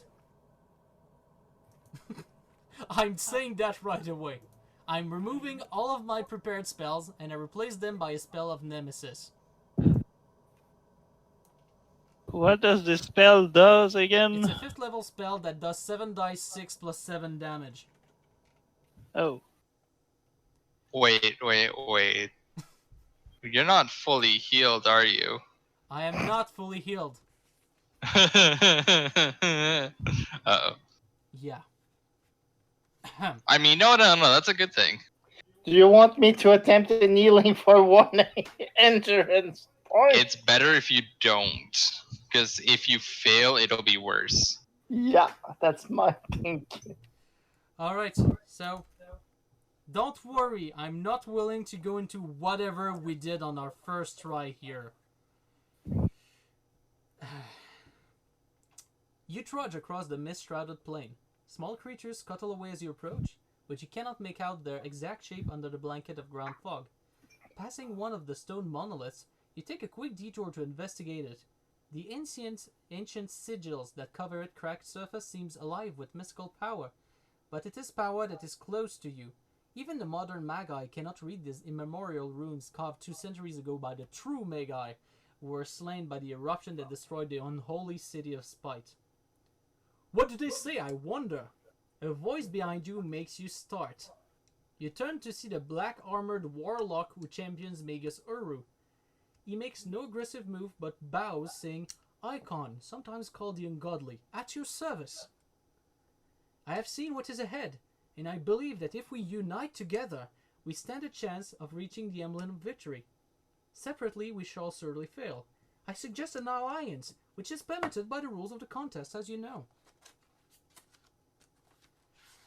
Don't trust him. We shall have to share this price, but even a shared price is more than enough to make us rich. If you agree to join force with Icon, turn to 17. If you reject his offer of alliance, turn to 341. And Don't here's trust the thing. him. I will be spoiling the heck out of it by saying just this one thing. We cannot trust this snake tongue lying son of a bitch. Don't trust him. So yeah, don't trust him. Like, at all. I strongly Uh, vote to refuse his offer of alliance. I strongly vote to refuse this offer of alliance, in the principle that he is our competitor, and there can only be one winner. Alright, what about you, Sage? Will you try to convince us to do otherwise? Seems fishy. Seems very fishy. And he smells like fish. Then again, he is a warlock, meaning he is a servant of the dark arts. He's kind Yeah. of like a male witch. Yeah, he probably serves a fish god. Or a demon. Yeah. Would you consider Cthulhu a fish god? Yeah, he just called Cthulhu a fish god. Maybe he's one. We don't know. Well, he cannot be defined by mortal standards. Sorry, it cannot be defined by mortal standards. Alright, so do we agree to not trust his silvery tongue? Do not trust the tentacles. Don't trust him. Alright, so let's not It's not the trust him. flying spaghetti monster. So 341. By the way, it will still be hard. Duh. But if we accepted his offer, here's what would have happened. Since I was injured, he would have said, "Oh, it didn't let me treat your wounds," and then he cast a spell that gives 2d6 of damage to everyone. And then the fight starts. So if he would roll like max damage, the only one who would survive would be like. The warrior. Well, Yes. with the mind. Yeah. I alone shall survive again. Alright, so Just kidding. let's see his reaction then. His face contorts in rage. "So be it then!" he snarls. "Your stubborn stupidity will cost you dearly." He speaks a word of power, surrounding his body with crackling energy, then races forward to attack. And I'm dead. Are you? No, I'm just saying, since Andre is the one controlling Icon the Ungodly, I am officially dead. Why? Let me prepare the battle map. Vendetta. Yeah, he needs to roll. Yeah, he needs He was to... the only survivor the last time. He doesn't deserve to live. Alright, let's do the stats of Icon the Ungodly. So you're gonna concentrate all your might on Adam? Pretty much, I guess. That's what Well. I guess will happen. No promises. Promise. Well, I could still again- save you. Yeah, there we go. So, Icon the Ungodly. Here, let me give you his stats. His fighting prowess is 8. His damage per blow is 2d6 plus 2.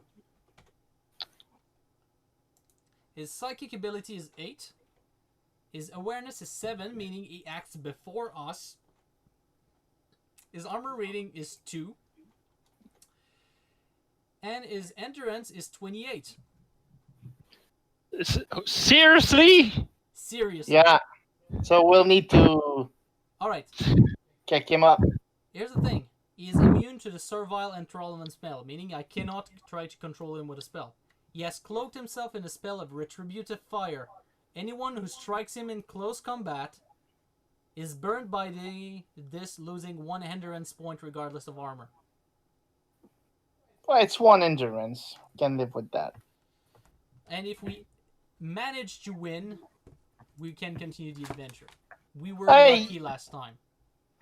Hey, you have a time blank if you ever wish to restart the fight. That is if I survive the first hit. Can I loot it off of you? Yeah, take it. Not during combat. Well, not during combat, but you can take it from me right now if you want. Do you want to keep it? By the way, this fight is important enough, so I will just prepare the life bar. No, I won't keep it because I'm fairly sure I will be targeted. Fairly sure. So who takes the time blink, the warrior or me? Let's give it to the sage at this point on. Okay.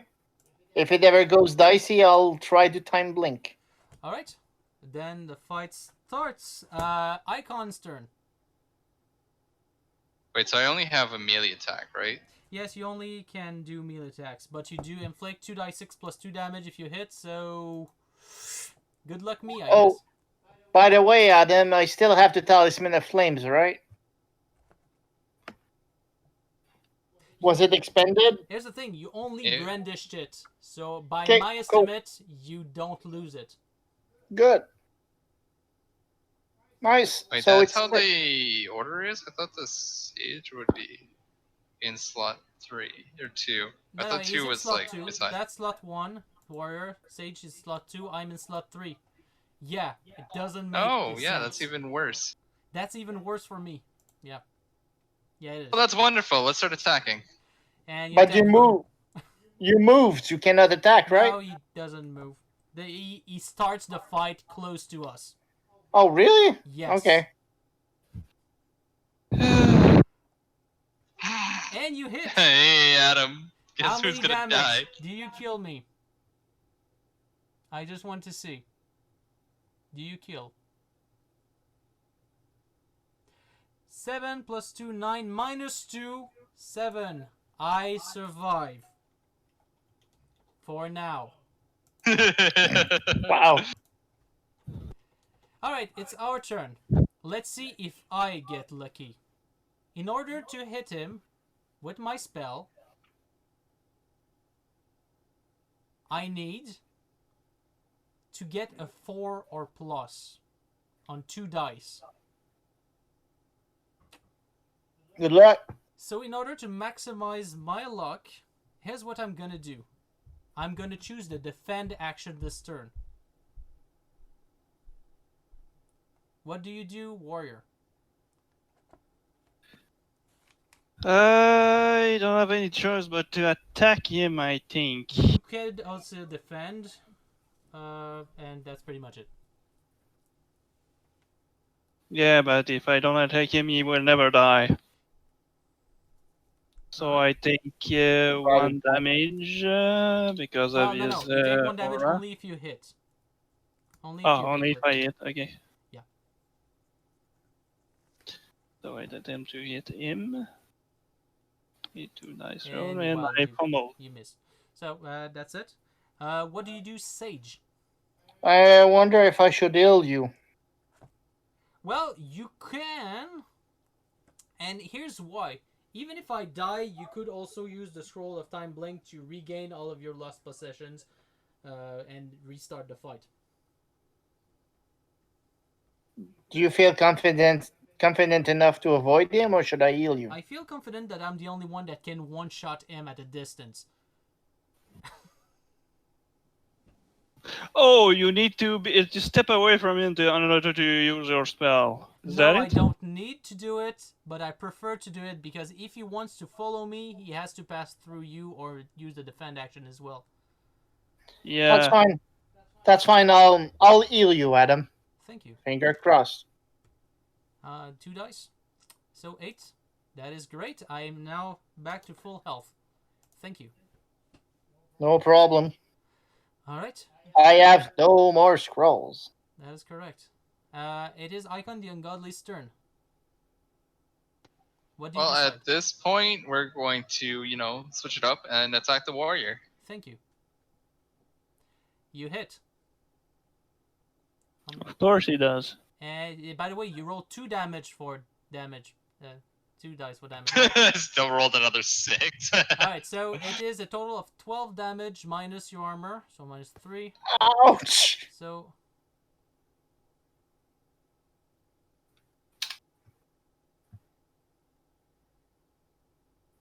Well, almost dead. And Don't you have an armor rating of 3? Yeah, you Yeah. are at 3 out of 12, warrior. Huh? Yeah, you Yeah. actually got 12 damage minus your armor, which means 9 damage. So you're at 3 out of 12. Sorry. Alright, so since his action was taken, here's what I'm gonna do. I'm gonna Sorry, move. I'm still trying to learn how to do the +2. Yeah, 2d6 + 2, so 12. Yeah, I'm trying to learn how to do it without, with just clicking You on it. can use the advanced dice roller, which is at the bottom of the table for using dice. Alright, so I move away from it. And here's what I would recommend you, warrior. Use the defend action. That's just, again, a suggestion. Yeah, I shall use the defend action. What does the sage do? I'm tempted to retreat to use a time blink in case everything goes wrong. You can use the time blink even at the contact range. Oh, really? Yes, you can. And by the way, you cannot be attacked by Icon at the moment because he would need to move in order to do so. Alright. Fair point. Then I'm gonna attack. You cannot attack since you're a diagonal to him. You can always move over. Well, I will then gonna retreat a little bit. Like here. Okay. That's what I'll do. Sorry, warrior. It is now Icon's turn. Alright, well, we'll try to attack the warrior again. Alright, 3 dice this time. And you miss. Nope. Alright. Okay. Yay. First round of trying to cast the spell. Let's see if I succeed. I need 4 or more. Each time I fail, my next attempt will get +1, which means I will need to get a 5, then a 6, and etc. So first attempt. 6. Not sufficient. Fortunately, I failed to cast my scroll. So it gets easier as the more you fail? The more I attempt to do it, the more rounds I take to cast the spell, the easier it becomes. Until I cast it. And then it resets. So our best bet would be to hold him off. Pretty much. That's my point of view. You can have differing opinions. That's up to you.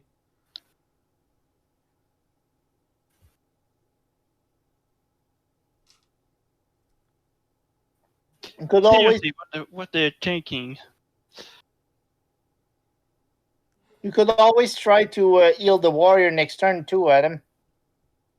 Yeah, is the thing. If I don't pass all of my rounds casting, then I lose the bonus of continuous Okay, done casting. then. I should have healed him this turn.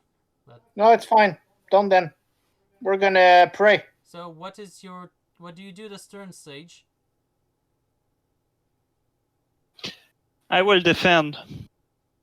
And what the Sage does? I'll stay there. If he dies, I'll use a time blink. Okay, so there we go. Igon's turn. Back to you. Do you now slay the warrior?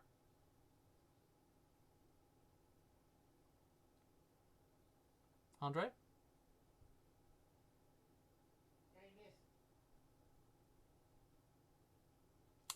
Why does my internet not work? I don't see your roll.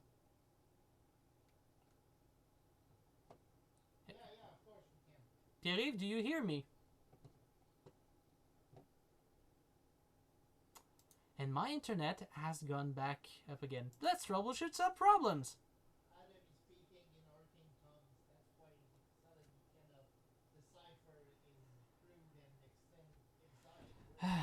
Web connectivity, checking problems.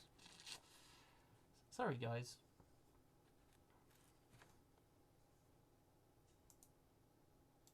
When you know that there's no internet.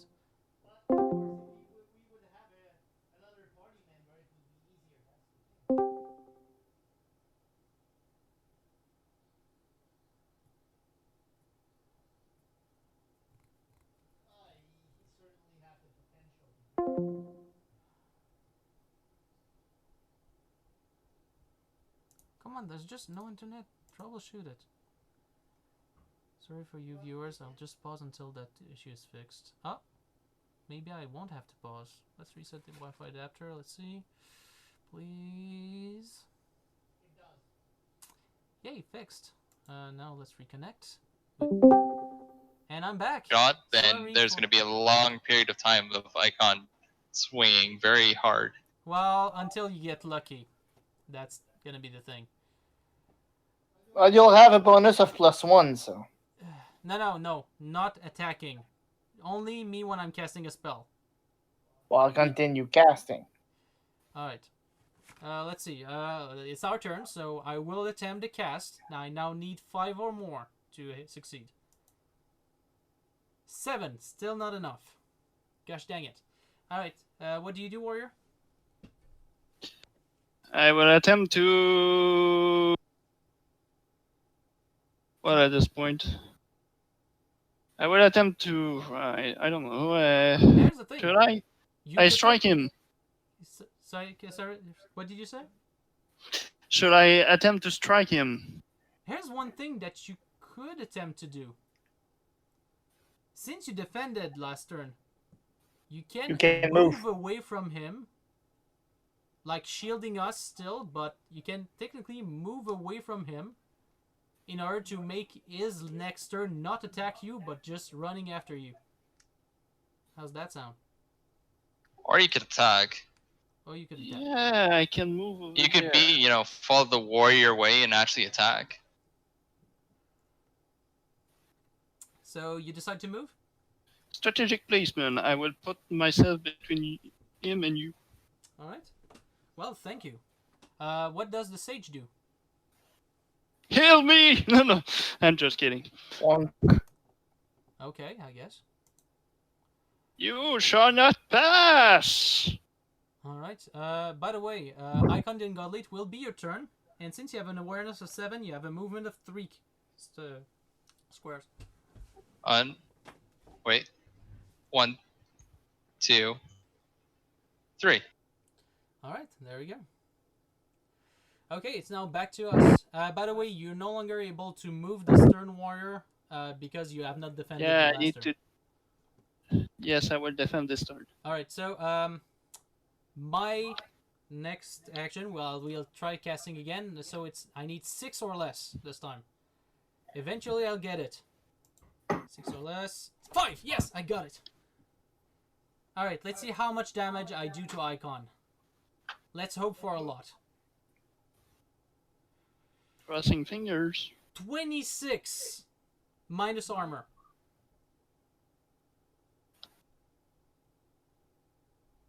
How much does it? 4 left.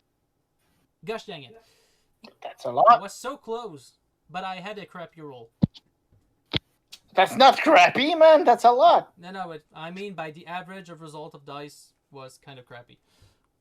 Anyway, so we started arguing 26 damage for the Nemesis spell, and now it's expended, which means I cannot cast it next turn. I need to prepare my spells back. So it is both of your turn.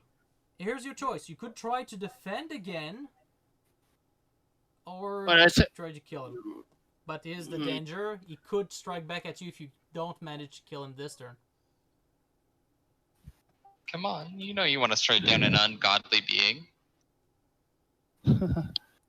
What are my chances? Well, here's the thing. With the giant slaying weapon, you have a fighting prowess of 9, if I'm not mistaken. Meaning you have a pretty good chance to strike, but you only do 1d6 plus 1 damage, and you have to manage to do 6 damage. Meaning you have to have a 5 or a 6 on a damage roll in order to kill him in one shot. So Possible. That sounds like good odds. Yeah, I will attempt to strike him. Okay, let's see how the dice react to that. Yeah. Crossing my fingers. Do you hit? No, you don't. And I miss. You don't even hit. Completely. That's sad. What does the sage do? If I die, we lose our only attempt to beat him, right? Yes, we do. That Does he... No, well, there's still a chance. I mean, because there would have to be movement. Yeah, but if I strike and I attack, I'd be on your range. That's the thing. If I would still have my bow, I wouldn't have any questions. But right now... God damn it. So do you just stay there and defend, basically?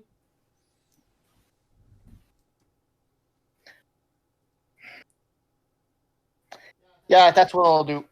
Alright. Yeah, I already made my turn, so it is Icon's turn. Oh, warrior. I really hope I miss. I really You hope you don't. do. And you didn't. All right, let's see if you do. Yeah, you do I'm- like a lot of damage. The warrior's dead. Yeah, Warrior is dead. So Goodbye, do we my time friends. blink?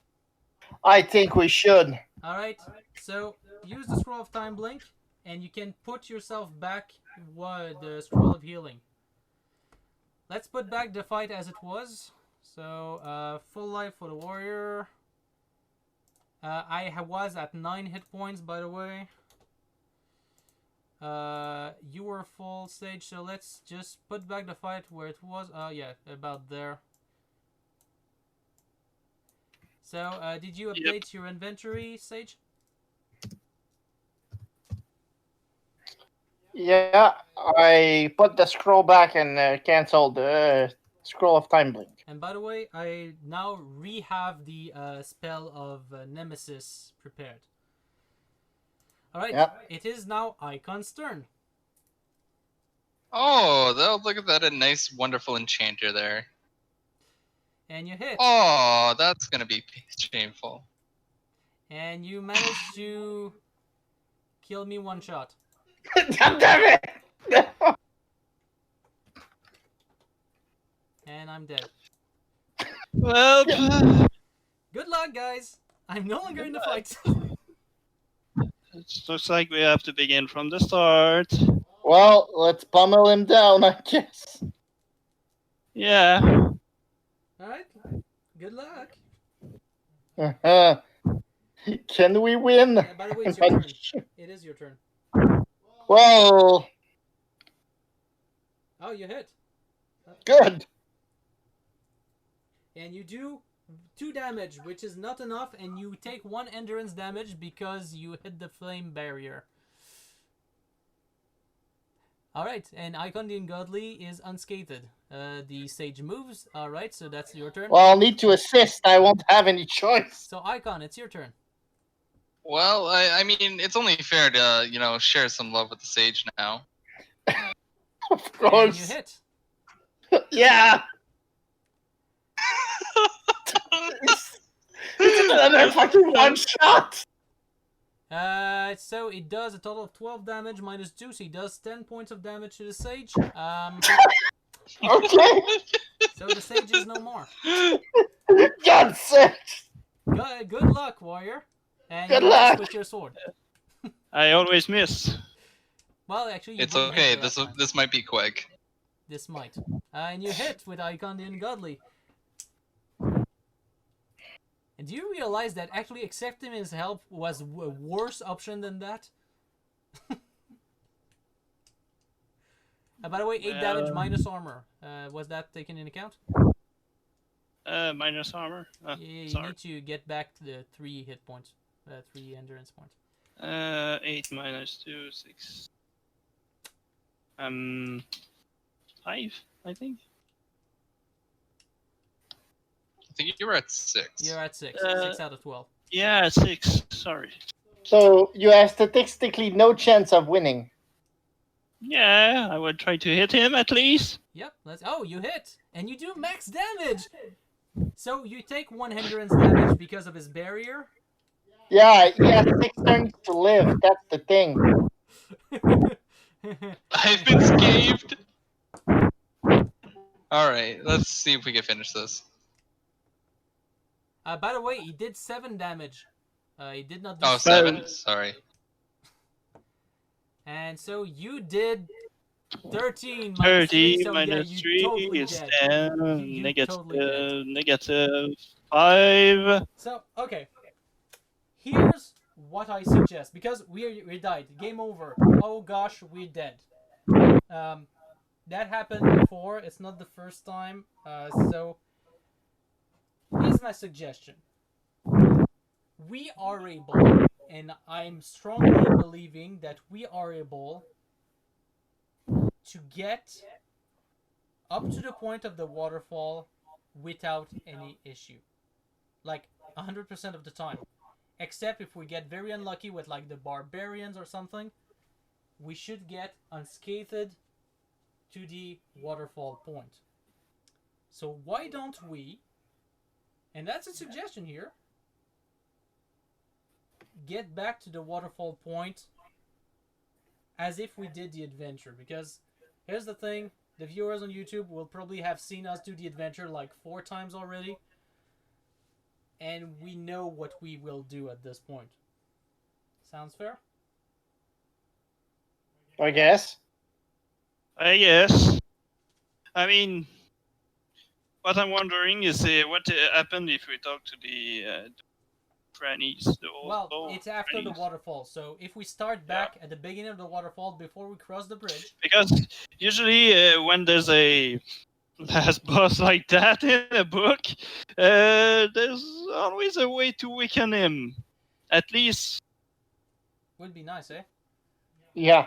that's what I know about those kind of books. But this one may be an exception. I don't know.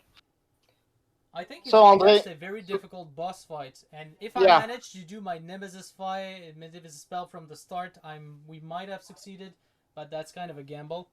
But I get your point. We could try another. I've missed my two of my I think 3 of my assault on him. All right. So let's just put back some of our stats and equipment to the point of the waterfall.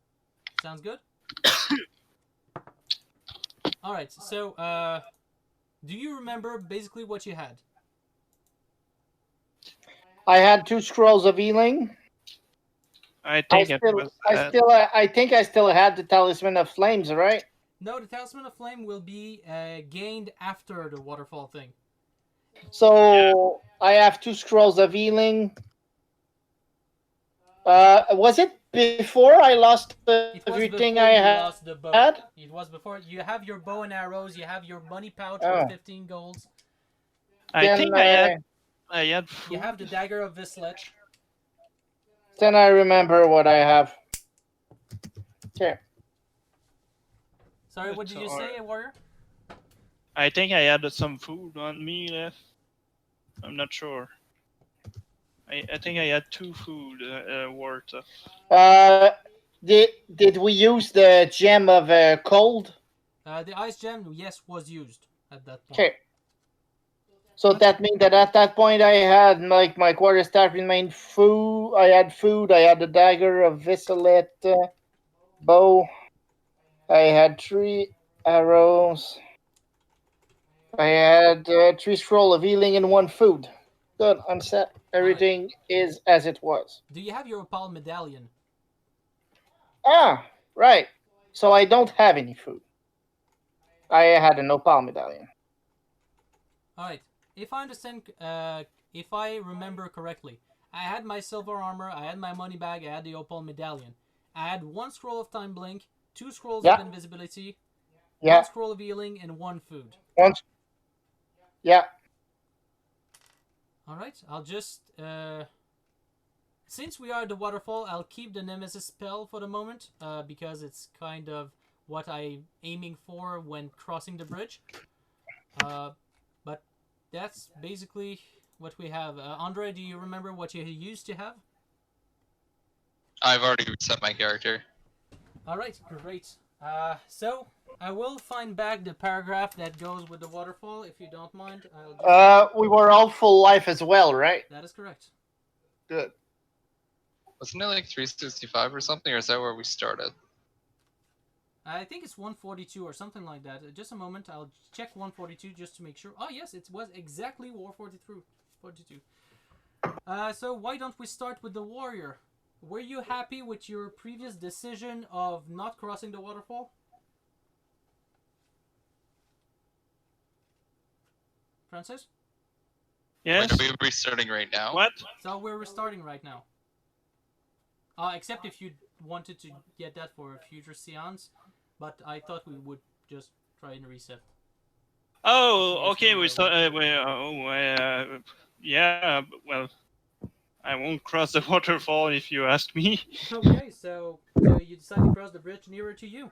All right, let's try and do this quickly. 169. All right. So if I'm not mistaken, we have like Bjorn the Hammersmith or something like that. So 169. All right. Let's just hope that Harani do not kick us in the nuts. Alright, so I will be Bjorn the Hammersmith. So he has the same fighting prowess as you, so 8. Psychic ability, same as you, 6. In awareness, the same as you, 6. His endurance is What only do you- 6 and not 12. But he does But 2d6. plus 2, 2d6 plus 1 of damage. Yeah. Alright, so let's start that fight. So, let's see what you do. We'll remove Icon the Ungodly for the moment, if you don't mind. We do not mind. My friend. And let's put back our characters. So let's put back the Enchanter and Sage. We'll put them on the back, on the side lines for the moment. The Warrior's time to shine is here. Alright. I will not put the Barbarians icon here. And we'll just be rolling things. So you both start. I will attack as the Smith Hammer. And I hit, inflicting 10 damage. Well, -3, still alive. Yeah, you're still alive. Alright, so you, what do you do on the same turn? I shot at him to slay him. Alright, let's see if you manage.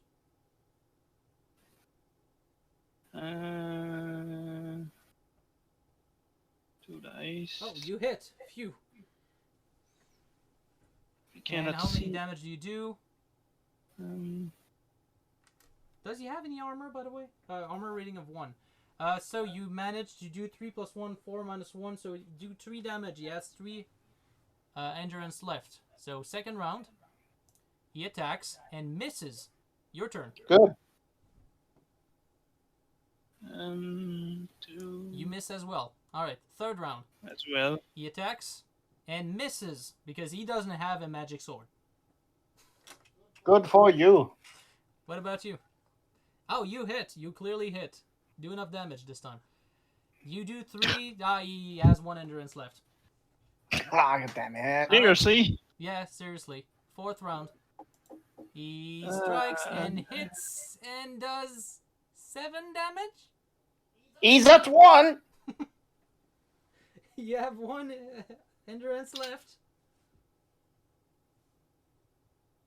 We'll use a healing scroll on you, by the way. I could heal him if I'm not too damaged. Alright, by the way, it's your turn. You hit, and Yep. you slay him. Whatever result you get, you slay him. Good, you survived. Barely. Barely. Alright, so you succeeded on your challenge. Congratulations. It is now that I just put you to the sidelines now.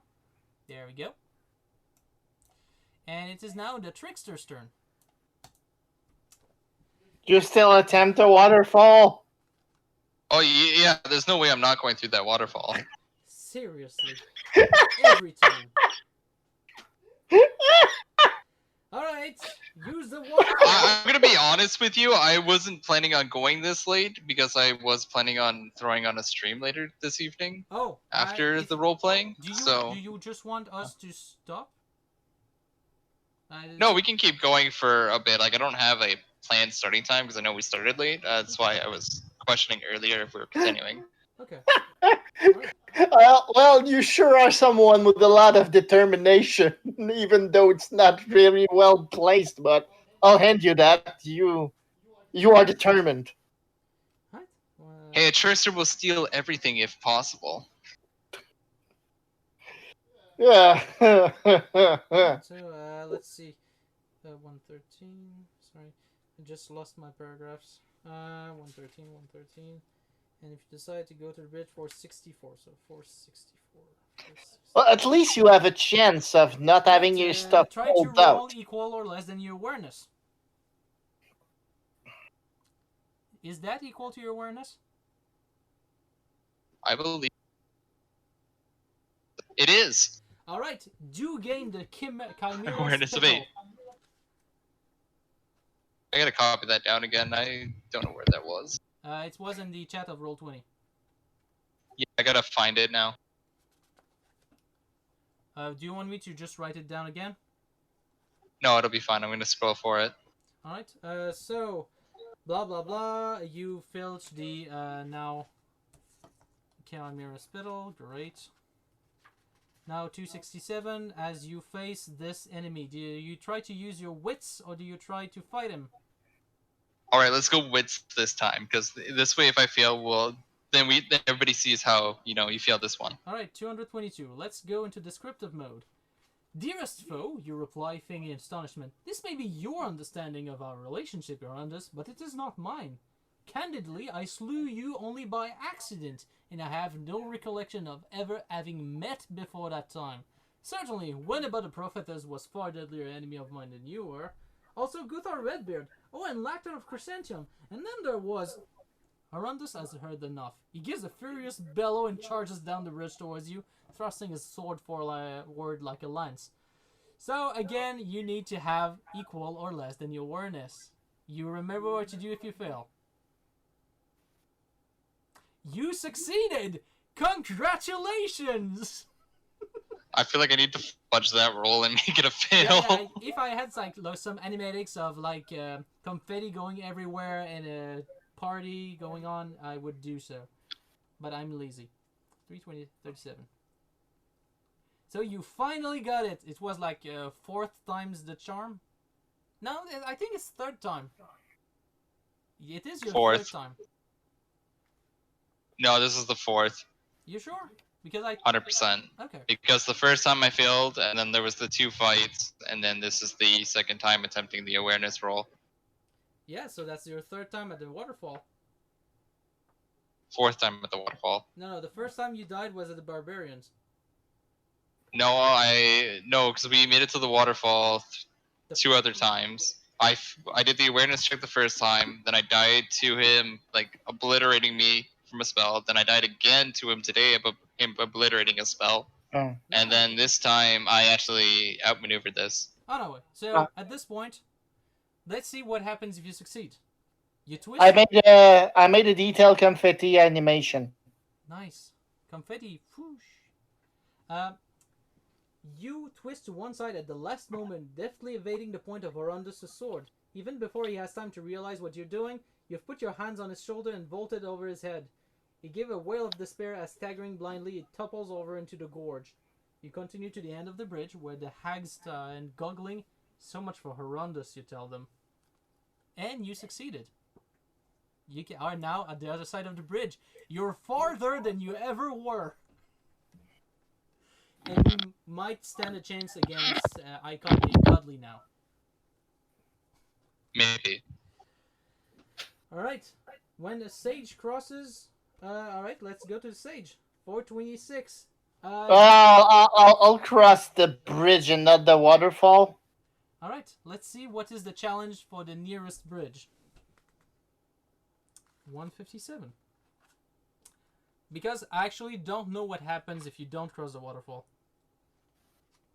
Well, we'll know. Alright, you step out onto the bridge and begin to make your way along it. You look down to see a surging river of miasma gushing along the bottom of the gorge 100 meters below. Just as you reach the midpoint of the bridge, the gargoyle heads speak again. Be mortal again, it says. As if in answer, a dark shape begins to form on the bridge in front of you. Within moments, it is a thin, pale woman who stands there. She sweeps forward, drawing a sharp steel sword from under her thorn-black robe. Her eyes glimmer with recognition at the same instant that yours do. She is Nemesis, whose mother was a demon and whose father was a mortal man.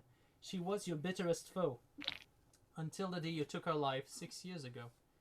Life and death are not immutable, groans the gargoyle. Fight to decide who shall live. Nemesis gives a slight bow, which turns into a forward roll as she closes to strike. A sword slashes your arm, inflicting 4 endurance point damage, less armor rating. Well, I don't have a say in it. Nope. No roll, 4 damage minus armor, so 2 damage. You Nemesis. Alright. She has the same fighting prowess, awareness, endurance, and psychic ability as you started the adventure with. She inflicts 1 more point of damage than you do each time she hits, but she has no armor. You cannot retreat as an energy barrier now blocks the bridge behind you. Your companion, if any, cannot help you by any means. The only way you could get out of this battle would be to try levitating yourself off the bridge. So if you use the power of levitation to turn to 282, or if you want to fight Nemesis and kill her, then we can get you off the bridge. So do you want to attempt levitation, or do you want to attempt to kill Nemesis using your dice and your luck? Hey, let's go for levitation. Alright, so let's see. 282. The power of levitation is perhaps the most difficult of all your psionic disciplines. It requires you to realize the unreality of mass and weight, which is no easy thing when one is surrounded by the physical world. You clear your mind, reaching towards the perfect understanding of enlightenment. If you desire your foe's death above all else, turn to 534. If you feel that victory and defeat are in fact equivalent, turn to 173. Victory and defeat are equivalent. Alright, let's see if you succeed. 173. You have passed into the proper transcendent state. Reality flows around you, but you're able to reach beyond it into nirvana. You feel the sensation of gravity's tug fade away, and weightless, you drift into the air. In your serene state, you are disinterestedly aware that your foe, having lunged just as you rose up into midair, has fallen from the bridge into the gorge. You feel this thought pulling you back to reality, and you slowly settle down onto the bridge once more. You glance down into the gorge, but your opponent's body has been swept away by the crashing river. With a sigh, you continue over the bridge. So you succeeded. Good. 142. Okay. Next one is going to be my challenge, because of course. Let's see if I manage to kill the guy quick. Or you can go through the waterfall. I could go through the waterfall, but I don't want to lose my stuff, so no. 252. Before I do, I'll just change the spell around. I'll use a sword thrust. It's actually quite easier to cast. I'll just prepare a sword thrust spell. Yeah, on the last encounter, would it be better for you to have more spells but easier to cast? Each time I prepare a spell, I lose one psychic ability. I see. Which means the more spell I prepare, the less chance I have to cast them. I see. So for Icon the Ungodly, I prefer to have one big spell than a lot of small spells. Understandable. Alright, so let's see. 252. Yeah, blah, near the bridge, 128. So 128. Blah, blah, blah. Guillerme le Cauchemar. Alright. Alright, I'll try to kill Guillerme, and he has the same awareness as mine. Okay, good.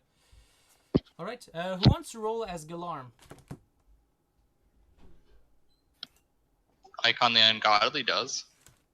Okay, well, you can throw as Icon the Ungodly. Why don't you try to hit me while I try to cast my spell upon you?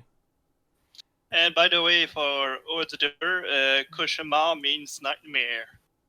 Yeah, Cauchemar, it's not. Oh, and I missed with my spell, but you hit with your sword. Your sword inflicts. Let's see. Just a moment. Same damage, so 1d6 minus 1.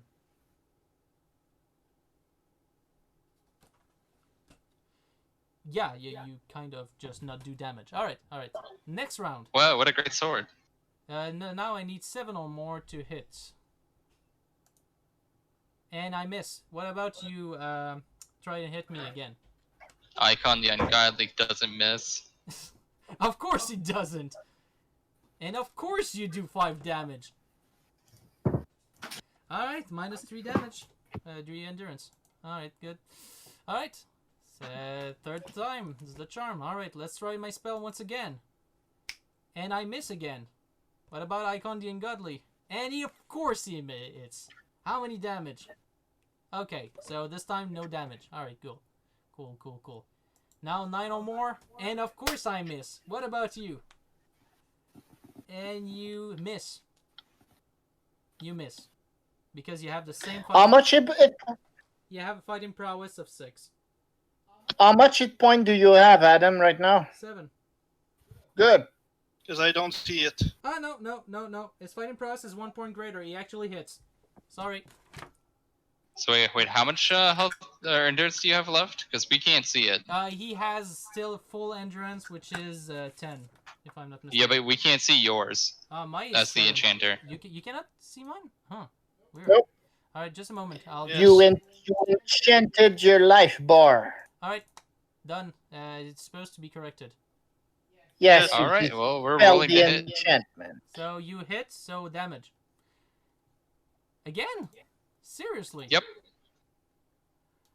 Hey, you have a scroll of healing. I do, I know. I will still attempt my spell. Now I need 10 or more. I cannot fail forever. Okay, good. I hit. Alright, how many damage do I do? 3 dice 6 plus 3.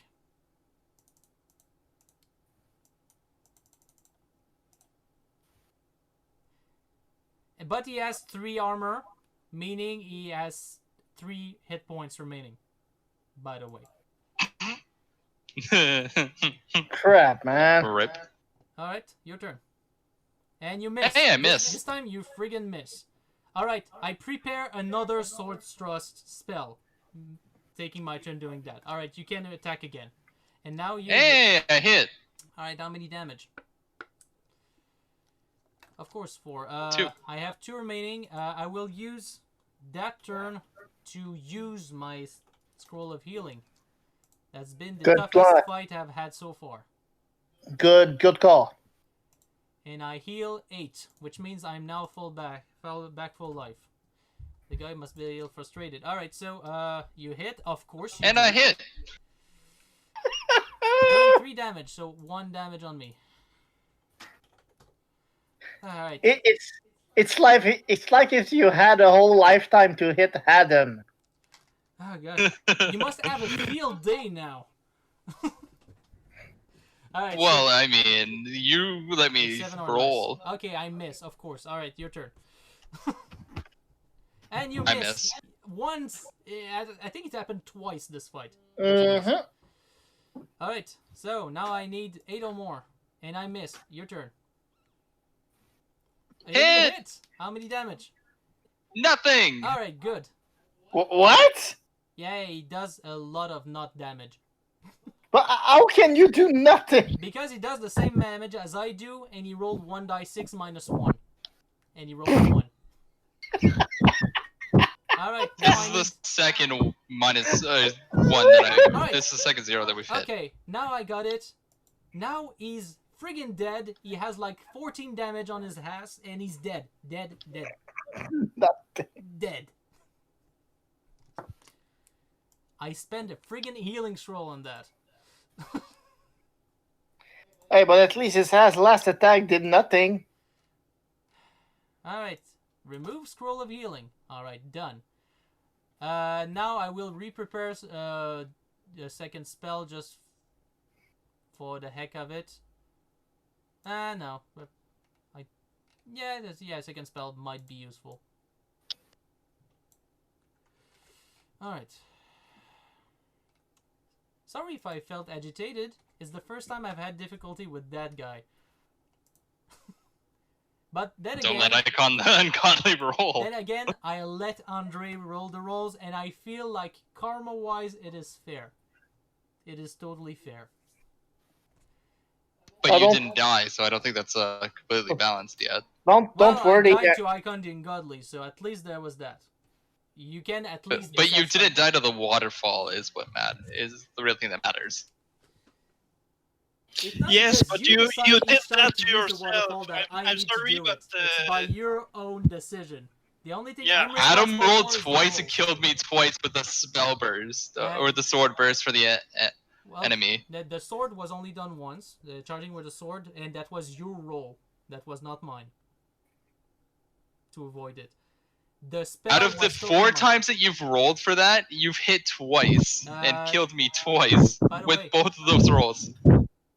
I just want to point out, I only rolled once for that adversary.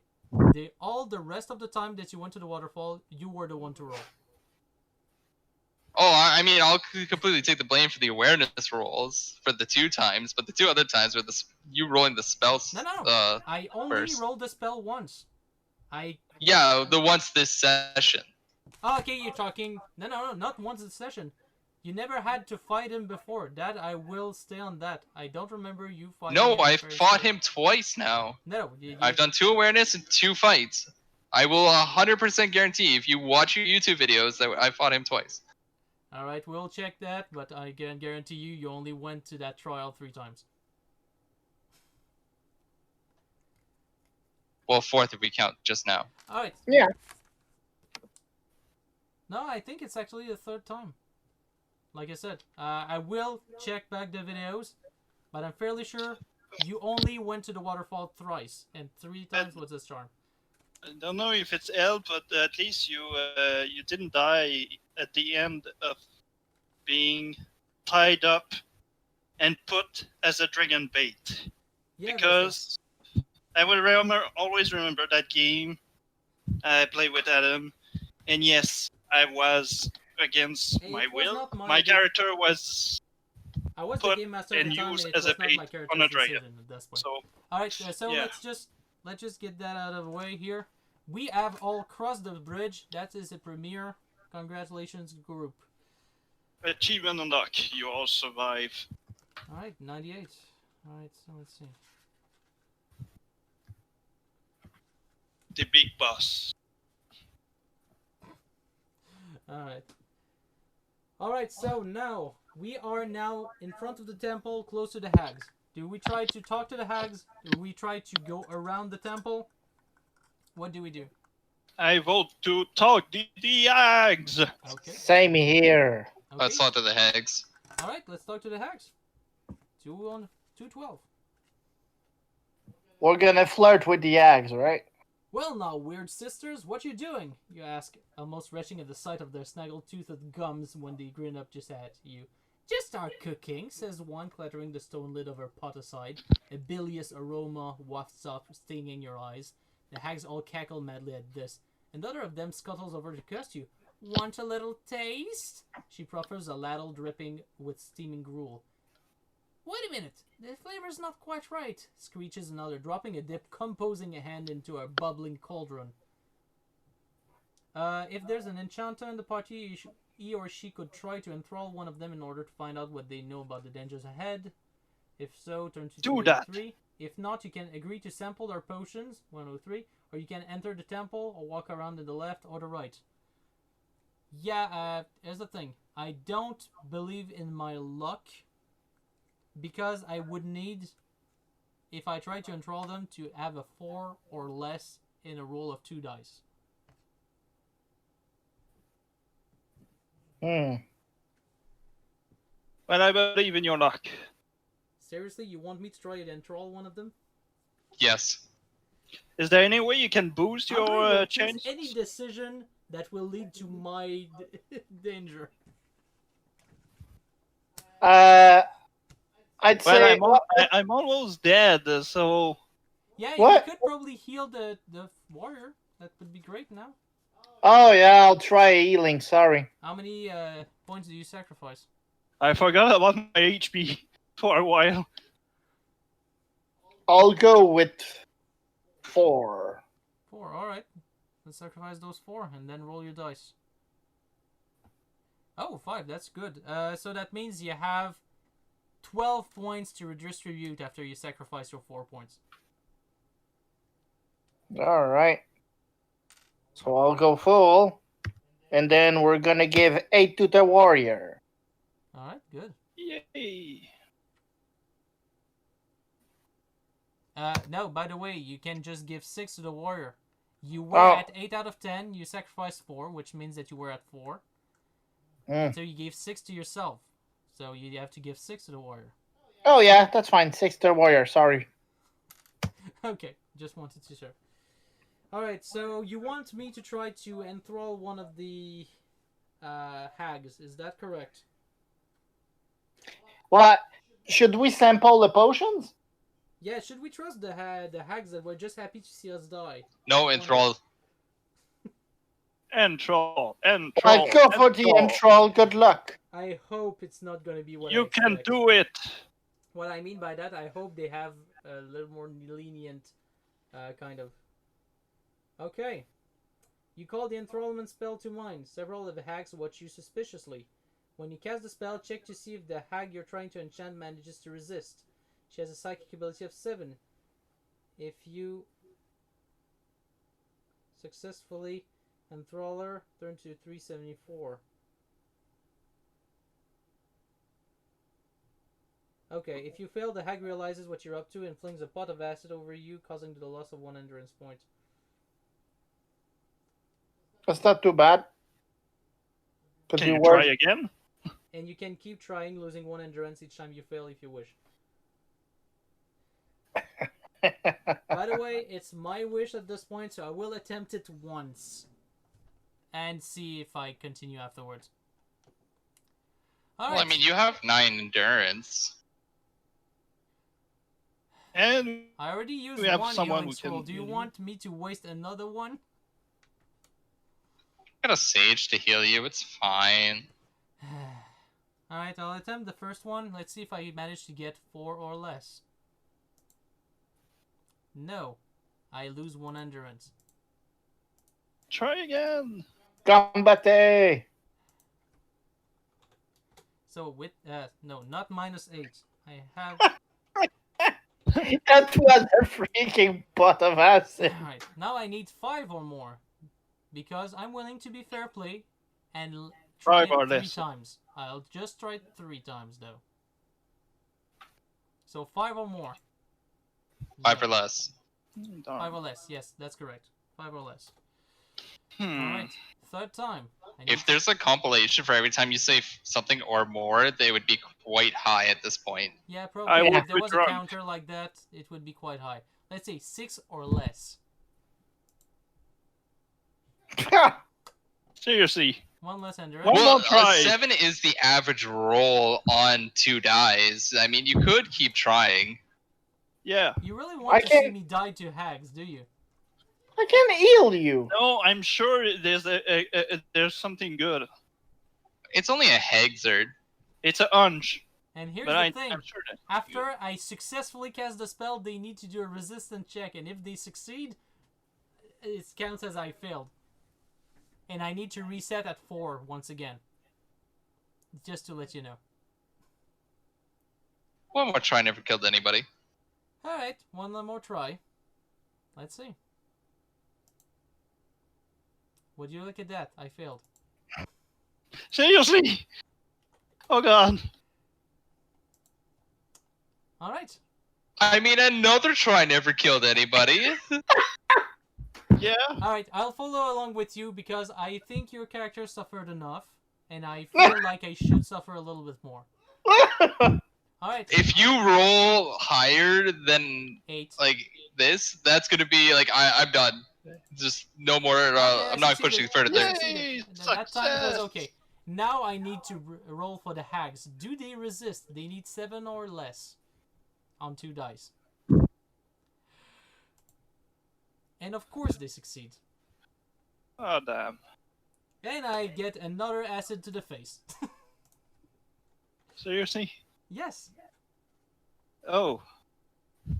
Well. All right, I think that's enough. I give up. So could you try and heal me, Sage, please? It's another paragraph? Sure. Again. I'll sacrifice 3. Yeah, 3 seems reasonable. So do we? And have... I succeed. All right, so you can have so you succeed. So let's say you sacrifice 3. Let's say you recover it back. Then there's still 9 points you can just spread around. So, Mage, get the full life, and I'll give 1 more to the warrior. 3 more. 3 more to the warrior. Here's the thing. Why don't you give full life to the warrior and you give me only like 5 points? I will be 9 out of 10. No. But Adam, you could try to enthrall them more. Yes. No. Try! I already gave up at this point. Sorry. That's fine. That's fine. Because if I mean, I'm on Adam's side here at this point. That was already Yeah, ridiculous yeah. enough. So, Andre, did I suffer enough for you to just not try to kill me again? Oh, if I become, Icon again, no, I'm still aiming for you. Let's hope you don't die then. Alright, You gotta take out it's all about, power of taking out who's the strongest at the time. So 67. Alright. Now, do we investigate the temple, take the left-hand path, or take the right-hand path? So we could go back to the temple. We could do as we always did. But we could go another way. What do you decide? Left is always right. Yeah. Left is If it is. Alright, left. I'm perfectly okay with left. Let's see left. Alright, 357. Now we are in Terra Incognita. Let's see. 357. Yeah. 357. Let's see. What do we get here? A narrow arête ridge leads to another pinnacle where you can just make out the shape of a ruined shrine. Beyond, pits of lava sputters like the fires of hell. If you walk along the arête to the shrine, turn to 479. If you go around to the other side of the temple, turn to 56. Here's the Let's thing. go. I think that ruined shrine is the one we can teleport to if we go up this go up the temple.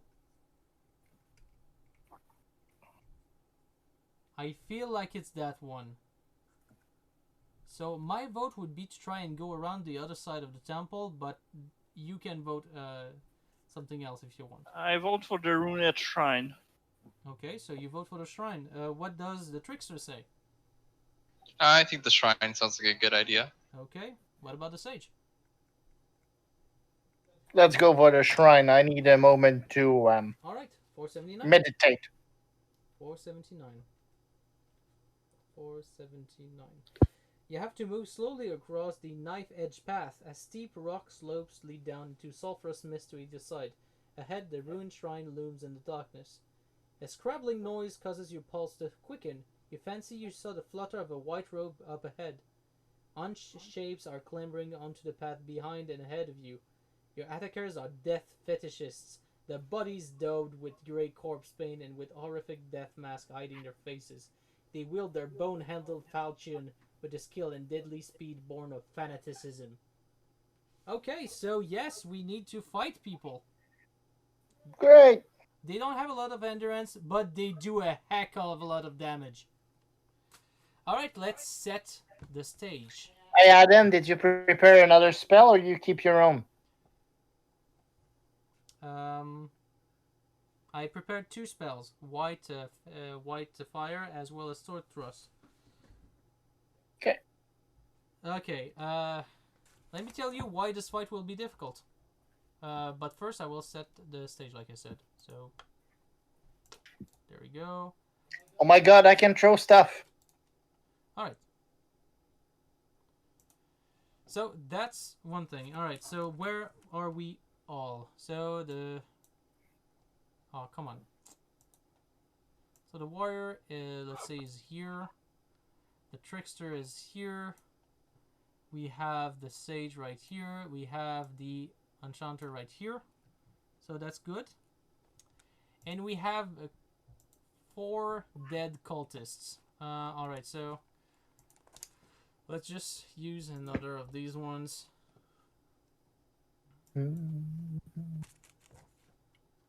Dead fetishists, actually. Dead fetishist.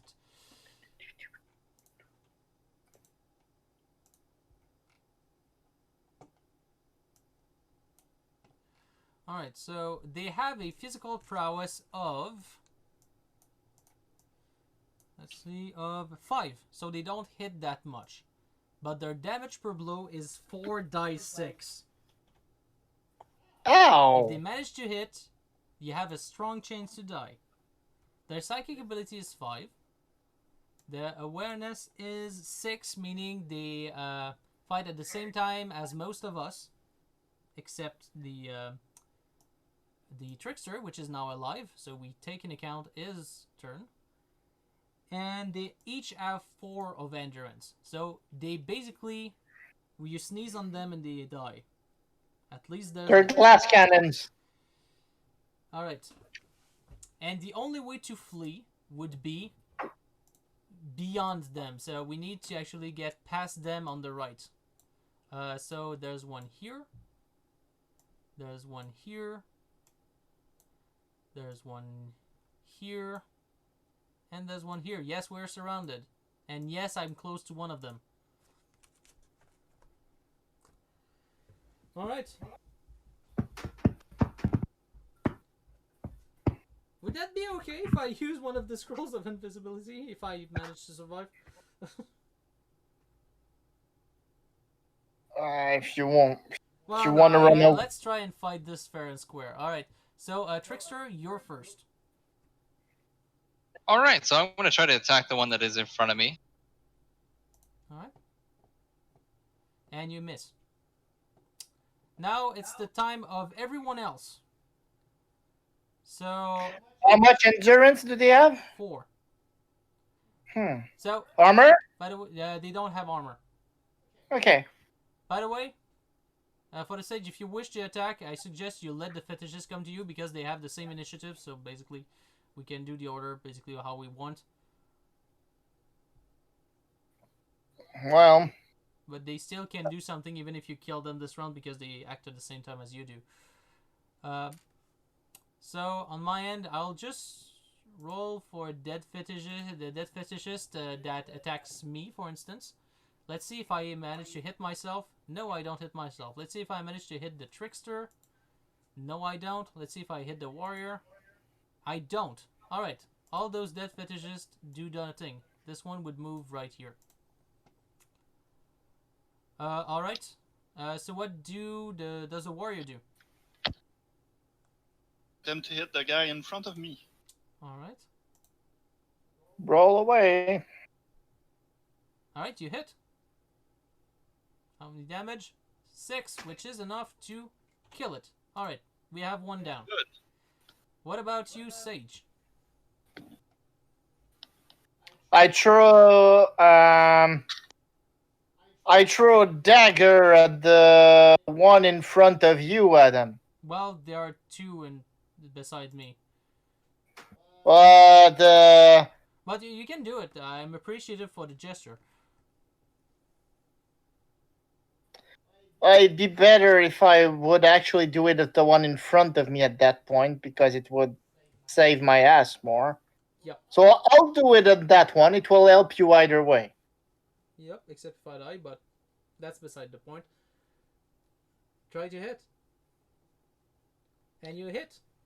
Oh my god, I hit with a thrown dagger. Alright, do damage. You do exactly It's enough. 4 damage, and you kill that one. Great. And you get the dagger back. Yes. Yeah, absolutely. Alright, my turn. Let's see if I can kill one with the white fire spell. It's 2d6 plus 2. I should be able to kill someone with that. Alright, I need to do 7 or less to get it. Good luck. And of course I miss. Alright. Let's see, it's the Trickster's turn now. I'm going to try to hit this one in front of me again. Aw, you don't want to use... And I miss. You did not want to use your bow and arrow to try and save me? Aw. I mean, I'm trying to save myself so I can, survive longer. Yeah. Yeah. that's Valid argument. That's fair. That's more than fair. Alright, the dead fetishist that tries to kill me hits. Of course he does. 14 Oh. damage in my ass. Dead. Damn. Time blink? You could So- also decide to keep it for later and just keep the enchanter out of the party and try to fight Icon the Ungodly with his 28 hit points. Or we loot the scrolls of invisibility and, run away. You cannot run away from the Icon fight. Does the time reset thingy scroll? It's on Adam. Oh, damn. Oh yeah, right. You just cannot. Well, okay. Well, at the end of the fight, you technically can loot it and then cast it, and we start again. But that's beside the point. You need to survive. All right, let's see if the one attacking the Trickster hits, and it doesn't. But could we restart a fight after we loot? Well, technically we can loot and then go back to the beginning of the fight. I feel like it would be fair. I'm not exactly sure if it's explained by the book, but I think it would be fair. I'm going to move over there. All right. What about you, Sage? What do you do? I throw a dagger for the one in front of the Trickster. All right, good. Do you hit? You do. Yes. How many damage? 2. Not enough. All right, so he has 2 endurance remaining. All right, noted. I did try, Trickster. I did try to save your dark hooded figure. It's okay. I'll try to hit to finish it off. All right, you do hit. Please don't roll a 1. You rolled Good. 2. That's perfect. You actually managed to hit him. All right, it is now the Trickster's turn, the Death Fetish's turn. There we go. He moved. All right, that's now Sage and Warrior. I still throw a dagger. All right, do you hit? I hit. I hit. You hit. You totally hit. And I do 1 damage. All right, he has 3 endurance remaining. Warrior, what do you do?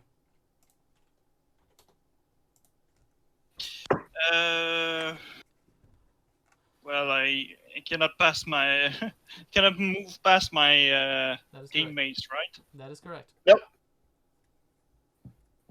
Well, I cannot do anything. I shall move. Over You can do the dance of the Ginyu Force. All right, what about you, Trickster? It's your turn. Alright, let's try to kill this thing. All right, so you managed to hit. That's a start. And you managed to kill. That's an end. All right, and you managed to conclude the fight. Now, you can decide that you could just loot my corpse and continue on. I won't hold a grudge against that, but I will be controlling the monsters. Well, I'd say we could actually use the time blink and have a chance of having Adam back. Yeah. Thank Yes. you. I so much appreciate that. Why is it so hard for me to say just one word? So in either way, the time blink scroll is Expanded, off yeah. the table. I will Yes. remove it from my inventory. It's not ideal, but I thank you for the. I do thank you for the gesture. All right, so let's start again. Trickster, it is your turn. Alright, let's go back to trying to attack the one in front of me and killing it in 1 shot.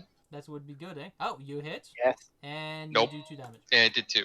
At least you did hit him, I guess. All right, so let's do the Death Fetishist here. They basically roll at the same time as we do, but I feel like I just can roll their thing and. I'll try to throw a dagger at the one in front of the Trickster. All right. And by the way, the Death Fetishist in front of me managed to hit. God damn it. Because he does. And he does 10 damage minus armor. And I You survive. With 2 hit points, right? With 1 hit point. Oh, really? You have only an 9. armor of I 1? was at 9. Oh. I was at 9 before the start of the fight. Hey, at least you survived. Yes, I did. Thank you. Alright, so there's that. Let's attack the warrior just in case, and it misses, and attack the Trickster, and it misses. There you go. At least we have that. I still stand by my words. I will try to... do I throw the one in front of the Trickster? If I shoot the one in front of you, could you throw an arrow to the one in front of me? I mean, it would be more ideal to take the one of the 2 out beside the enchanter, whichever one you choose. I'll try to hit the other one. Good. All right. Well, then I'll do that. Same with the one in front of me with the dagger. Wait, don't do it with the dagger. Do it with the quarterstaff. It does as much damage, and you don't have a risk to lose it if you miss. Yeah, all right. Fair point. Okay. And I miss. All right. So I will attempt a white fire at the one. This is at my left. I need 7 or less to succeed. And I hit it this time, and I do 12 damage, and this one dies in a horrid fire. You obliterate him. I will attempt to strike the one in front of me. 9, And you succeed. Yes, I think he does. He has 9. Yeah, Yeah, I have 9. So 1d6 plus 1. And you do exactly the great amount of damage, which is enough to kill him. Great. Now it is the Trickster's turn. All right. So as said, I will shoot an arrow at the one between You know you above still you. have one right next to you, right? I know. I'm gonna follow with my promise. Thank you. And you hit. Oh. How many For damage did 2. you do? 2. Well, 2 damage is better than none at this point. So he has... Oh, I get obliterated. Alright, so let's see. The That's all one left. which is next to me and the sage we have to roll it. Let's say 1, 2 it's me, 3, 4 it's the sage. And let's see, does he hit? No, he doesn't. Great. Good. Alright, so the Trickster gets aimed at and misses. Alright, good. So everything's fine? That's nice. Alright. These are stressful because they have low attack, but when they hit, it's like if they would stab multiple times. Alright, so it is our turn, Sage, Warrior, Enchanter. So what do each of you do? I'll defend our... Well, first it's a Trickster. No, the Trickster already, it's our turn. Oh. Then what I'll do is that I'll throw the dagger to the one in front of the Trickster so we can shoot at his bow to concentrate and decimate the one in front of you. You know I that would you rather wouldn't have you to take waste the an quarterstaff. arrow if you actually concentrated on the one in front of you. Yeah. All right. I have quarter- 2 arrows left. Well, actually, my arrow is still a 3. It's the dagger I did use. Yeah, I know, but if you're killing the one in front of the Trickster, you're forcing the Trickster to use an arrow. Yeah, fair point. I shall attempt to divert the attention of this guy. I miss. Alright, so that's it. On my end, I will attempt a spell against the other dude. The one in front of me, by the way. And I need 7 or less to succeed. And I miss. Yeah. Alright, so Trickster, it's your turn. All right, let's try to kill the one in front of me. Dead. Hit Yeah. and kill. Hit and kill. That's nice. That is great. Now it is the Death Fetishist at the same time as us. So let's see who he hits. 1, 2, me. 3, 4, Sage. Okay, this time it's the Sage. And it misses. Woo! It misses. It missed. Okay, good. Great. Our turn now. Sage? Why don't you try and kill him? Flank. You hit. No, eh? Yes, you Do do. I? You do hit. 1d6 damage. Flank. And you kill. That is great. Please heal I will- us. I will try to heal you. I will take a 3 hit point off of my health, which I think is reasonable. It is. And I thank you for it. Alright, twice that amount, which means that you can... why did you remove yourself like 7 hit points? Oh, I meant like 7. Alright, so 4, that means that you can twice that amount, so you have 6 points that you can redistribute. All right, 6 on yourself, Adam. Thank you. I can eat my last food and. Yeah, I will also eat one of my food, and I suggest the sage to do the same, if you have Do I some. still have a food? I don't. Yeah, I still have one. So yeah, I'll do. Alright, so I need to remove the Skull of Time Blink because apparently it was used. Alright. Yeah, it What's was. that? So that was a stressful fight. Not necessarily a hard one, but a stressful one. If you fight and win, turn to 72. Alright. Fight and win, turn to 72. So I hate to be that guy, but I'm gonna be that guy. Do you wanna like? Can we Yeah, have we like a can good stop stopping here. point? We can stop here. That's not a problem. I know it's 11:58 p.m. You have the right to ask. It's not a problem. I'll just note the paragraph we're in. We're in paragraph 72, and we can end the session there. It will surely be interesting to see what happens next. So, thank you everybody for whoever watches this video, and I will see you again maybe next week. At this point, we'll try to.